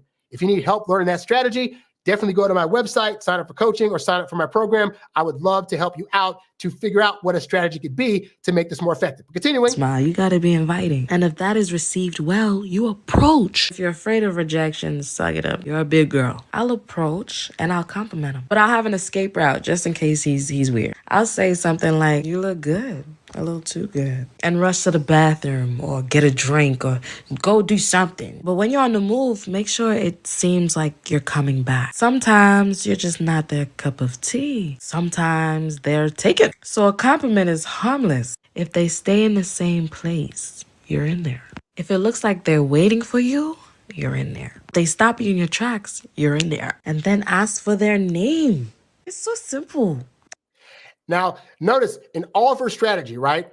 Her strategy is all about doing what? About looking a certain way. And even if, because she's trying to get women to approach, but I understand with women, you know, as much as men hate rejection, women can't even dream of being rejected. Like their egos get so fractured at the idea of getting rejected, right? So she's trying to create this strategy where she's making women do everything up to actually asking the man for his contact info and or for a date. So things like look at him or go up to him and say, hey, hi, whatever, or hey, what's your name? These are all like get to know him things. And the other end of that is okay. And then on his part, when you do those things, he's going to know to ask for your name and to have a rapport with you, and then hopefully to ask you for your number. And that's the part that men don't get, is that women are hoping that you know the other half of this strategy. She has her strategy of trying to get noticed, and she hopes that you have the strategy of doing things to increase that interest and create future contact. When you don't do that, she knows, oh, this guy has no strategy. I'm already doing all the things I need to do as part of my strategy to get this guy, and he can't even do his part. He clearly knows nothing about women, and now I got to leave him for somebody else. So again, this is why it's good to have strategy, because women already have strategy and they're hoping that their strategies are going to be parallel to yours enough to where they match up and make something happen. You can't have her strategy be women do all the work. You approach me, you ask me for number, you ask me on the date, because women don't want to do that. They want to do their part of the strategy that is feminine in nature and hope that you're going to do your half of it that is masculine in nature to get this thing to happen. After that, they do the work.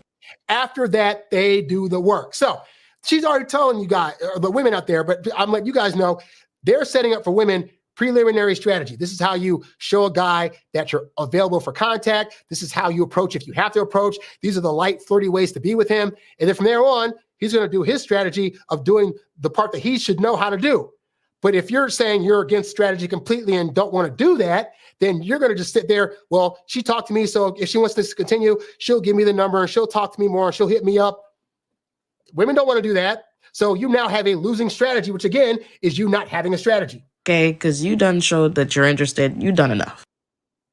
And I agree. I believe at that point, women have done their part. It's already enough work for women to, in their head, they've looked at you twice.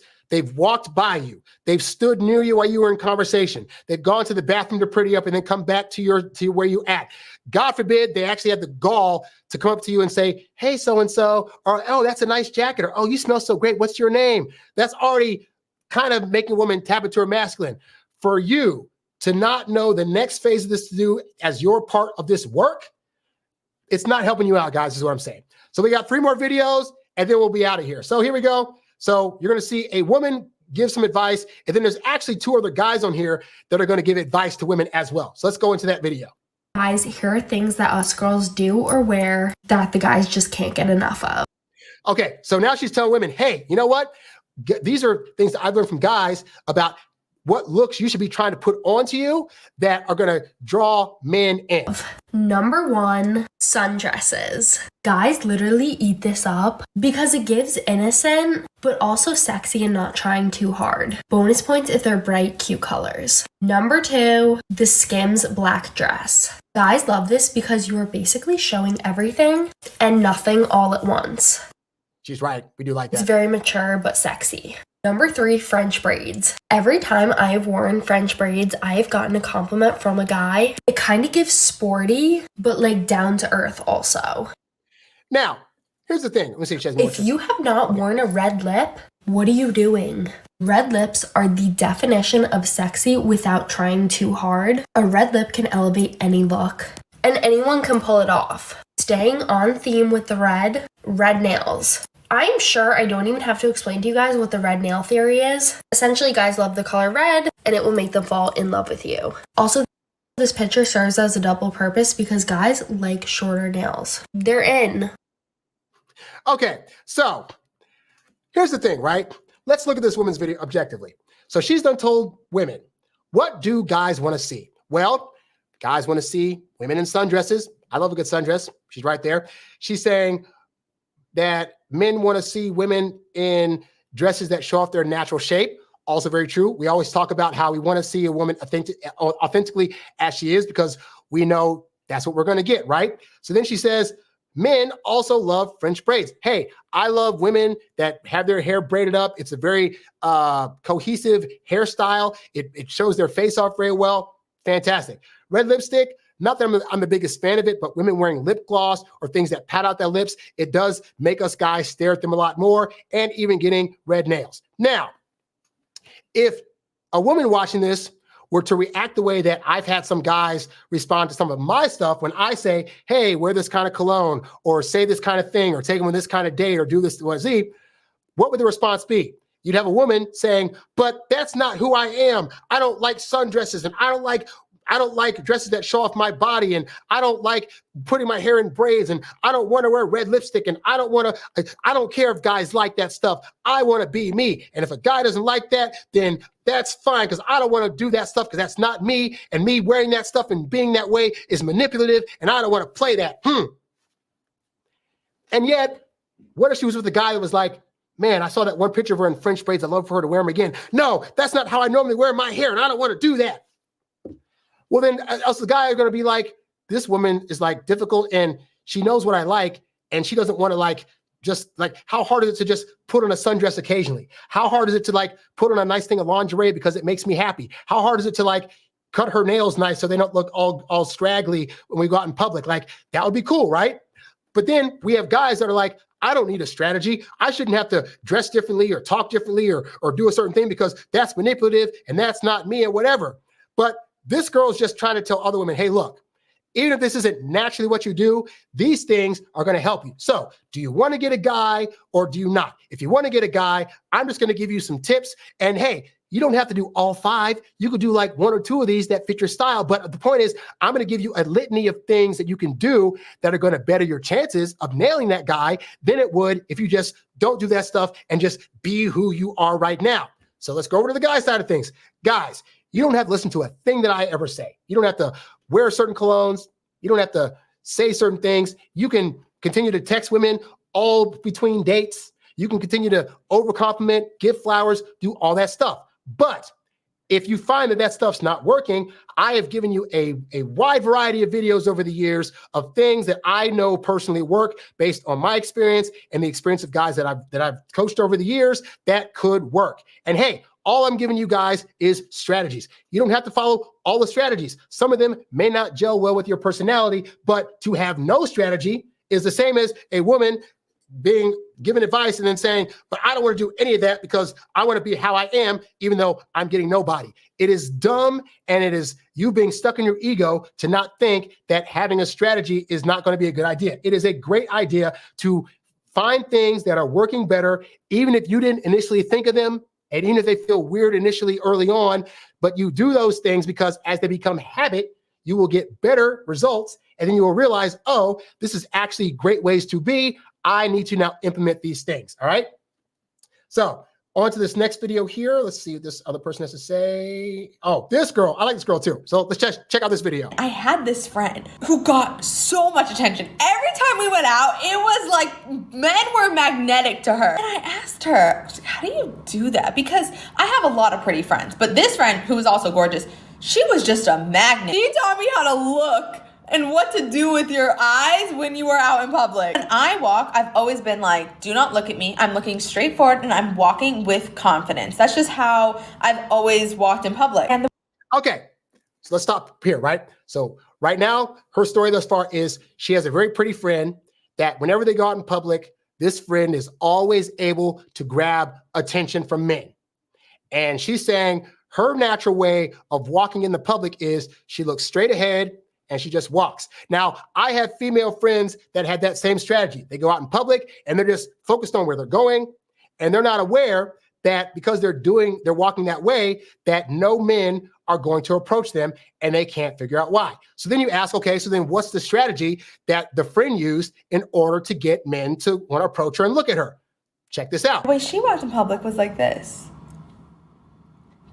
open energy. She always got all the moves for us. Anytime we got invited to a club or invited somewhere that mattered, it was because she pulled it in. I feel okay, so now we have this lady saying she saw what her friend was doing, right? She noticed that every time the friend would go out, she'd be looking around like this, smile on her face, and people would just approach her. And she was like, oh my God, you know what? That's not how I naturally am, but my friend is naturally like, because guys, I just get out of your head that how you are right now is natural, because it is not. It is based on years of things that you learned, observations you made from other people, things that you tried out, trial and error. And so that's why, who you are right now, you don't need to be so stuck to that, because who you are today is going to be different 5 years from now based on your experience, based on things you've learned, things you've gone through, and what things you decide to implement into your life. If you were so stuck right now on the fact that the way that you are is perfect for dating, but you're not getting the results you want, you being stuck on that is not a winning strategy. So to this woman's point, she saw how I naturally am is I walk straight forward and I get no men paying attention. My friend over there has the strategy of I walk around like this with a smile on my face, and lo and behold, guys want to pay attention to me. So would it now be in her best interest to say, wow, my friend does that and gets all the guys, but you know what? I'm going to keep being myself. Walking straight forward is eventually going to get me a guy. It's just going to be that right guy that has to look deeper and really see me as a person and not be so dumb to fall for that. Now, on the other side of the spectrum, you guys may have been approaching women for years that you didn't know were doing that woman's strategy. That you just approached the girl because she looked fun in the bar and she was like, ha, ha, ha, laughing and just, yapping it up. And you thought, you didn't know why. You just like, wow, she looks like fun. I'm going to go talk to her. And that could have been a strategy she was using this entire time for every time she goes out. So even something like that, because again, guys, you're looking at women not thinking the things that they're doing, the things that they're saying, how they're acting is a strategy. But smart women that want to grab men so they will not be lonely always have some kind of strategy. It might not even be that deep of a strategy. You could have, for example, a Christian high-to-do woman that is like all about God and whatever, but she wants a guy. So she knows, hey, maybe on that first date, I don't bring up how heavy into the church I am. That is a strategy, and it could be a winning strategy for her, okay? So women of all levels already have strategy when they're coming to date you. You trying to go out this with no strategy, it's like you having a gun with no bullet. Like, what are you even doing? So how did she end up changing herself? Let's watch. I feel like I owed it to her to get us some action, to be the one to make something happen for the night. So I literally walked down one casino aisle and I did like the look, just being so open. Anyone who wants to talk to me? Bro, I literally got us moves that night. It made me realize that so much of middle school, high school, college, not getting attention is because we aren't open to it. And a lot of it might come from, we don't believe we're open to it. Even for me, I remember that night, I didn't feel like I was pretty enough. I never got attention. But really, people are attracted to open energy. Now, that is key for both men and women, guys, because here's the reality. You may not have the dating life you want right now simply because you're not putting yourself out there. You're not making the moves you need to make. You're not doing things that would actually cause women to even seek out your attention. And a lot of it could just be internal. You're not thinking you're worthy enough. You're not thinking any woman would even want you. And I say that as somebody that went through those thoughts in college. And what did it for me was I started coming up against that. Like, I had the thought in my head that women wouldn't want me. And then I had the experience of women showing me that they actually wanted me and having no strategy for what to do when I actually got that attention, because I was so stuck in the world of women are not going to want me. They think I'm weird. They think I'm strange. They think I talk too fast. And so it is interesting that our brains hold us back so much. And so if you're a guy that up to this point didn't think that women would even want you, then there's never been a need in your head for you to even have a strategy, because it's never going to happen for you in the first place. And that truly is a fallacy, because as this girl learned here, like she said, she didn't think she was pretty enough. She didn't think guys were going to even find her that attractive. But just walking with an attitude, and more importantly, taking on a strategy suggested by somebody else that wasn't naturally thought of by her, and her getting results in that, made her realize that, oh, a lot of this is internal. But that speaks to, even if you haven't had the most success with women right now, when you start picking up the right strategies, and more importantly, when you start having the right mindset about yourself, about your life, and about your worthiness to women, all this can change. But even at the point that you start to realize that women are starting to like you, like I said, I went through that where I noticed it and I still wouldn't make moves because I did not know the next things I needed to do to get their attention. And that is stuff that is easily learnable if you're willing to put your ego aside and realize that it is something you can do. Now, again, I got a whole program at my website called Introvert Dating Success Academy Community, where not only do you get access to like tens of videos and hundreds of audios that will walk you through the ins and outs of how to attract women, how to approach them, how to get them on dates, and how to be your authentic self while doing all this. But you also have a community of guys that are there to help you if you have questions that arise in your real life as it pertains to dating. So you can check that out at the website. Just a couple more videos, guys. Here we go. And again, I will be happy to answer any questions you guys have after I've gone through these. So leave your questions in the chat if you have them, and I'll be happy to get to them. All right. We're open to it. Even for me, I remember that night. The next video here, hold on. Okay, this lady, here we go. So another woman giving more women strategy on how to make themselves more attractive to men. This is going to be an eye-opener for you guys that think women just don't have strategy and are just supernatural, and that's the kind of women you want. Here are some beauty tips that'll make you more attractive to the boys. Learn how to master the no makeup look. For some reason, boys love it. Because to boys, the naturally pretty girls don't wear makeup, but they do. Oh, look at that, guys. So you're with a woman that you're thinking, you know what? I don't need a strategy because I don't want to play games. But more importantly, she's not playing games. And so since I know she's not a woman that plays games, I don't have to have any kind of strategy whatsoever. In fact, she always comes around me. She always looks really natural. And you're not even aware that even that was a strategy. Her no makeup look that she's actually putting makeup on or foundation on to pull off is actually a strategy to make her look natural. Yes, women are out here doing things that make you think that it's just who they are. and it's not who they are at all. I mean, it's who they are, but it's the representative they've learned that they have to be in order to naturally attract you. And that is learned behavior. So just like women have learned behavior that they're doing to be their authentic selves in front of you, laugh, joke, snarl, laughing at your jokes at the table. Oh, that's so funny. Flipping her hair back. That it's all just seemingly natural movements that she has practiced in her mirror for years now, from teenager to now, to when she goes on a date with you. It's just effortless. Okay, he just said a joke, laugh. Oh, that's so funny. That's so great. Okay, take my hand and put it on his hand so it's opening touch, so he'll know that I'm ready for him to touch. Yes, women are actively thinking about these moves also. They are using these strategies to try to pull you in. And again, I like it. I like the fact that women are doing things to try to attract us as well. But then you can't be like, but I don't want to do anything that's not natural to attract her. Because again, women are already doing it, and they're doing it to your benefit. So learn some strategies that will also be to her benefit, and then play them off as if you were doing them all the time. Boys love a tanned girl. It's just a fact. We all think we're prettier in the summer with a tan, and so do the boys. Oh, you mean that woman that you like that has the natural summer tan? It's just bronzer and makeup? Oh my God, the trickery. And yet that's not turning you off from her, is it? Like her wearing makeup, her laughing at your jokes when they're not all that funny, her showing up with a tan. None of these things are deterring you, right? So then you got to think that same way. Women knowing that you have a strategy. Women that are like, oh, he ordered 2 drinks.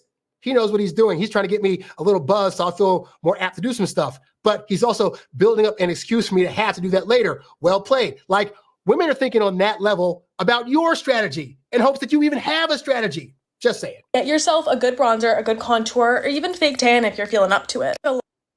Is she telling women to be fake in some way, to get a fake tan to impress you? That strategy can't be right. As guys, we should protest. We should be mad at women for putting on makeup and wearing tans to try to attract us and have us get them into bed. Like, how dare they? Right? Lashes need to be lashing. Boys don't love fake eyelashes. I think they think it's too cakey and too dramatic. So having a good mascara and a lash routine, you will slay. A good And here's the thing, by the way, you're going to be thinking her lashes are just naturally like that. Again, nothing women are doing to try to get you is natural. It is all strategy, from how they dress, how they put their face, how they react to your jokes, how they are when they say goodnight to you, when they fumble with their keys and hope you give them a kiss. It is all strategy. Now, because women have been doing this for years, they might not think it's strategy. In fact, if you were to ask a woman, hey, so what's your strategy when dating guys? A lot of them will tell you, I don't have a strategy. I just show up and be my authentic self. And it's because they've done this for so long that they legitimately don't see the things that they're doing as strategy, which then makes you think, oh, so this woman's not going to play games. She's already playing the game. Even if she's not conscious of it, she's already been entrenched into the game. It's us guys that come to dating and wanting to bang women like a lot later. Like most guys don't start thinking on that realm until they're like 13 or 14. But women have been thinking about getting into a relationship with the prince of her dreams since like 5 or 6. So because we're behind, we think that having to now retroactively think of strategies is game playing, and it's not fair to women. And again, they've already been doing this. Perfume is so important. It'll literally draw them into you. You need a seductive lip gloss. It's gonna wanna make them kiss those lips. The last thing is confidence. Yes, it always feels good to look stunning, but if you're not confident, it's not gonna matter. Oh my God, I'm glad she said that, because here's the thing. You know, if you're a guy that hasn't had much success in dating, you might be very low on confidence right now. And so I could say the strategy to you of, hey, you want to show up, you want to make plans for the date, you want to be the leader, you want to be confident, and you're sitting there thinking, but I'm really not that confident. And so I'm feeling nervous going on this date, and I want to be able to tell her that because maybe it'll loosen up the nerves a bit, or she'll know where I'm coming from. Guy, you got to understand, the women you're going out on dates with, not all of them are that confident either, but they're showing up trying to display the best version of confidence they can because they don't want to rattle you either. So even if in your head you're thinking you're not all that confident, you're not sure about your leadership skills, the strategy of showing up and just doing it is a better strategy, because the only way you get more confidence in your leadership abilities is to practice. And if you're stuck on this thing of, I don't want to do that, I don't want to do whatever, I want to just be myself, and part of that's like, well, you're an anxious guy, so you want to be an anxious guy on dates, you're never going to become the confident guy you need to be.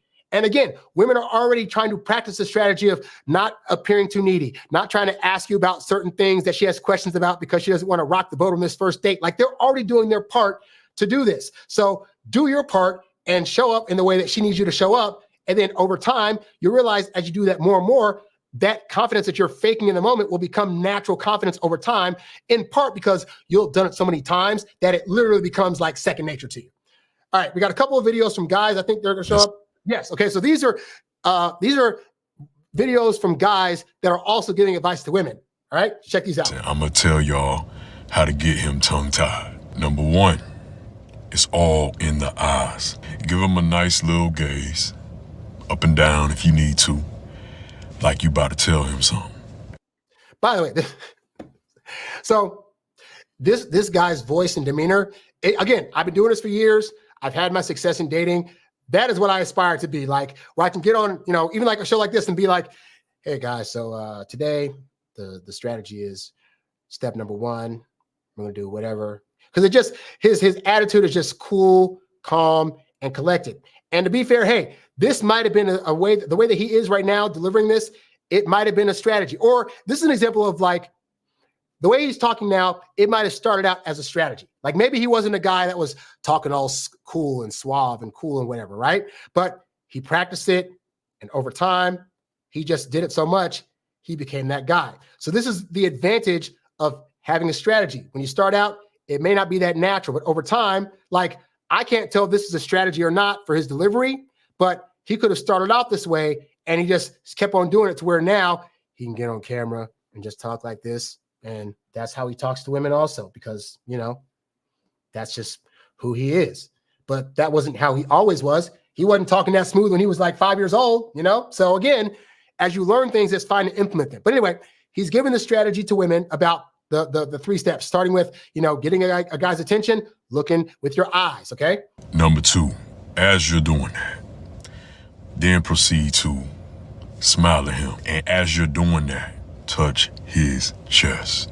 Oh, so what do I tell you guys as women? I tell you one of the things in terms of building attraction and stuff is that I know you want to break the touch barrier, but you really got to let her touch you first, because that lets you know and signals to you that she's now comfortable with you and your presence to where more intimate contact can now happen, right? So on my side of things, I tell you guys, you want to wait until she does that. But what I say is you guys leave yourself open to her touch. You put your hand on the table. That way, if she's telling a story and she starts to get giddy and wants to touch you, your hand is now readily available for that to happen, right? So this is the counterbalance to that suggestion, which is he's telling women, hey, if you want a guy to know that you're interested, smile and touch his chest. So this is now complimentary advice. Their strategy of, hey, you guys, you women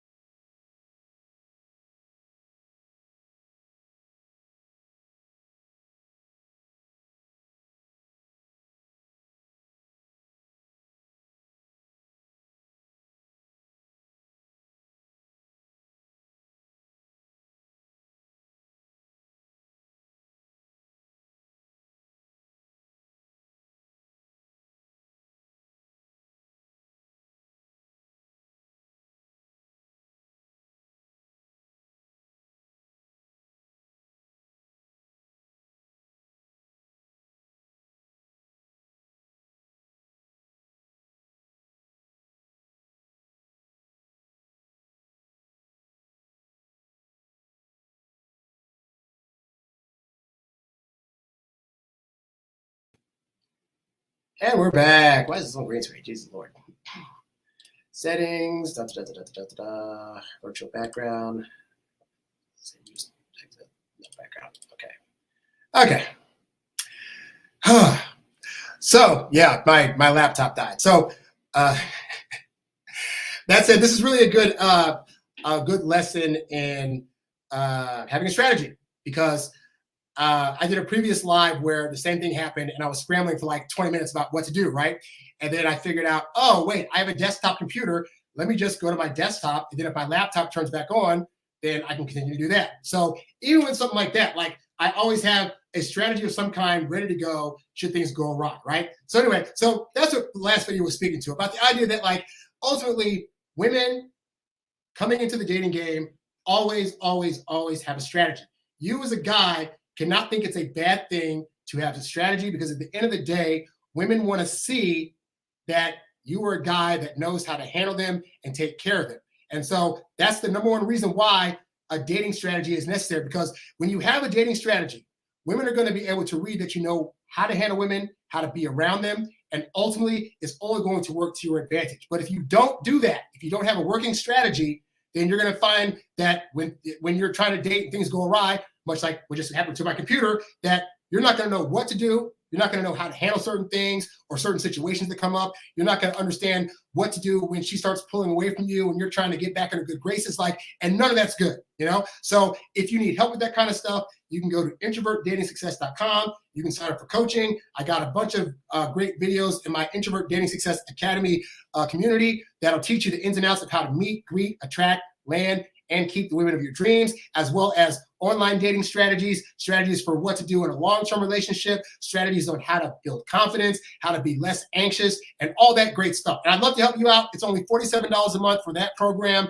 and you can cancel it anytime. Again, you can also sign up for one-on-one coaching if you really want to go more in-depth with some of the things that you're dealing with. So hopefully all of what I said on today's show has helped you out. And thank you immensely for watching. It's been 3 hours, which is the longest I've done so far. And I just love doing this show. I love giving you guys advice, and I love helping you guys out any way that I can. Please share this video with somebody that could use the information. Like this video, subscribe to the channel. Feel free to donate to my Cash App at $Harry Wilmington. And of course, get yourself educated. Guys, you need to have a strategy to win against women, because they have been studying this for way longer than we have. But you can catch up. But that's only if you get out of your ego and start realizing that if you're doing things right now that are not causing you to get women, there is always a chance for you to remedy that by learning, whether it's from my stuff or somebody else's. But ideally, you'll come to my stuff, because I've had a lot of years in this. I've helped coach a lot of guys that have been getting a lot of great successes of late.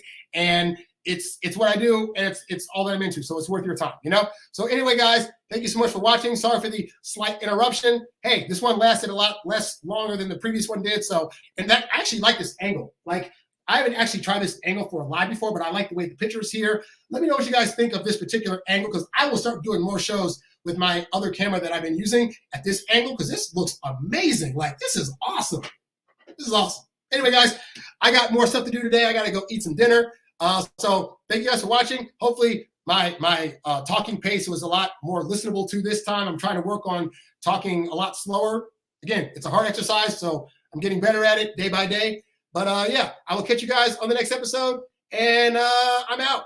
Peace. You's a bad boy, but you can't stop, won't stop. You a high earning, high value, high class man. You a high earning, high value, high class man. You a high earning, high value, high class man. You a high class man. You a high class man. You a high earning, high value, high class.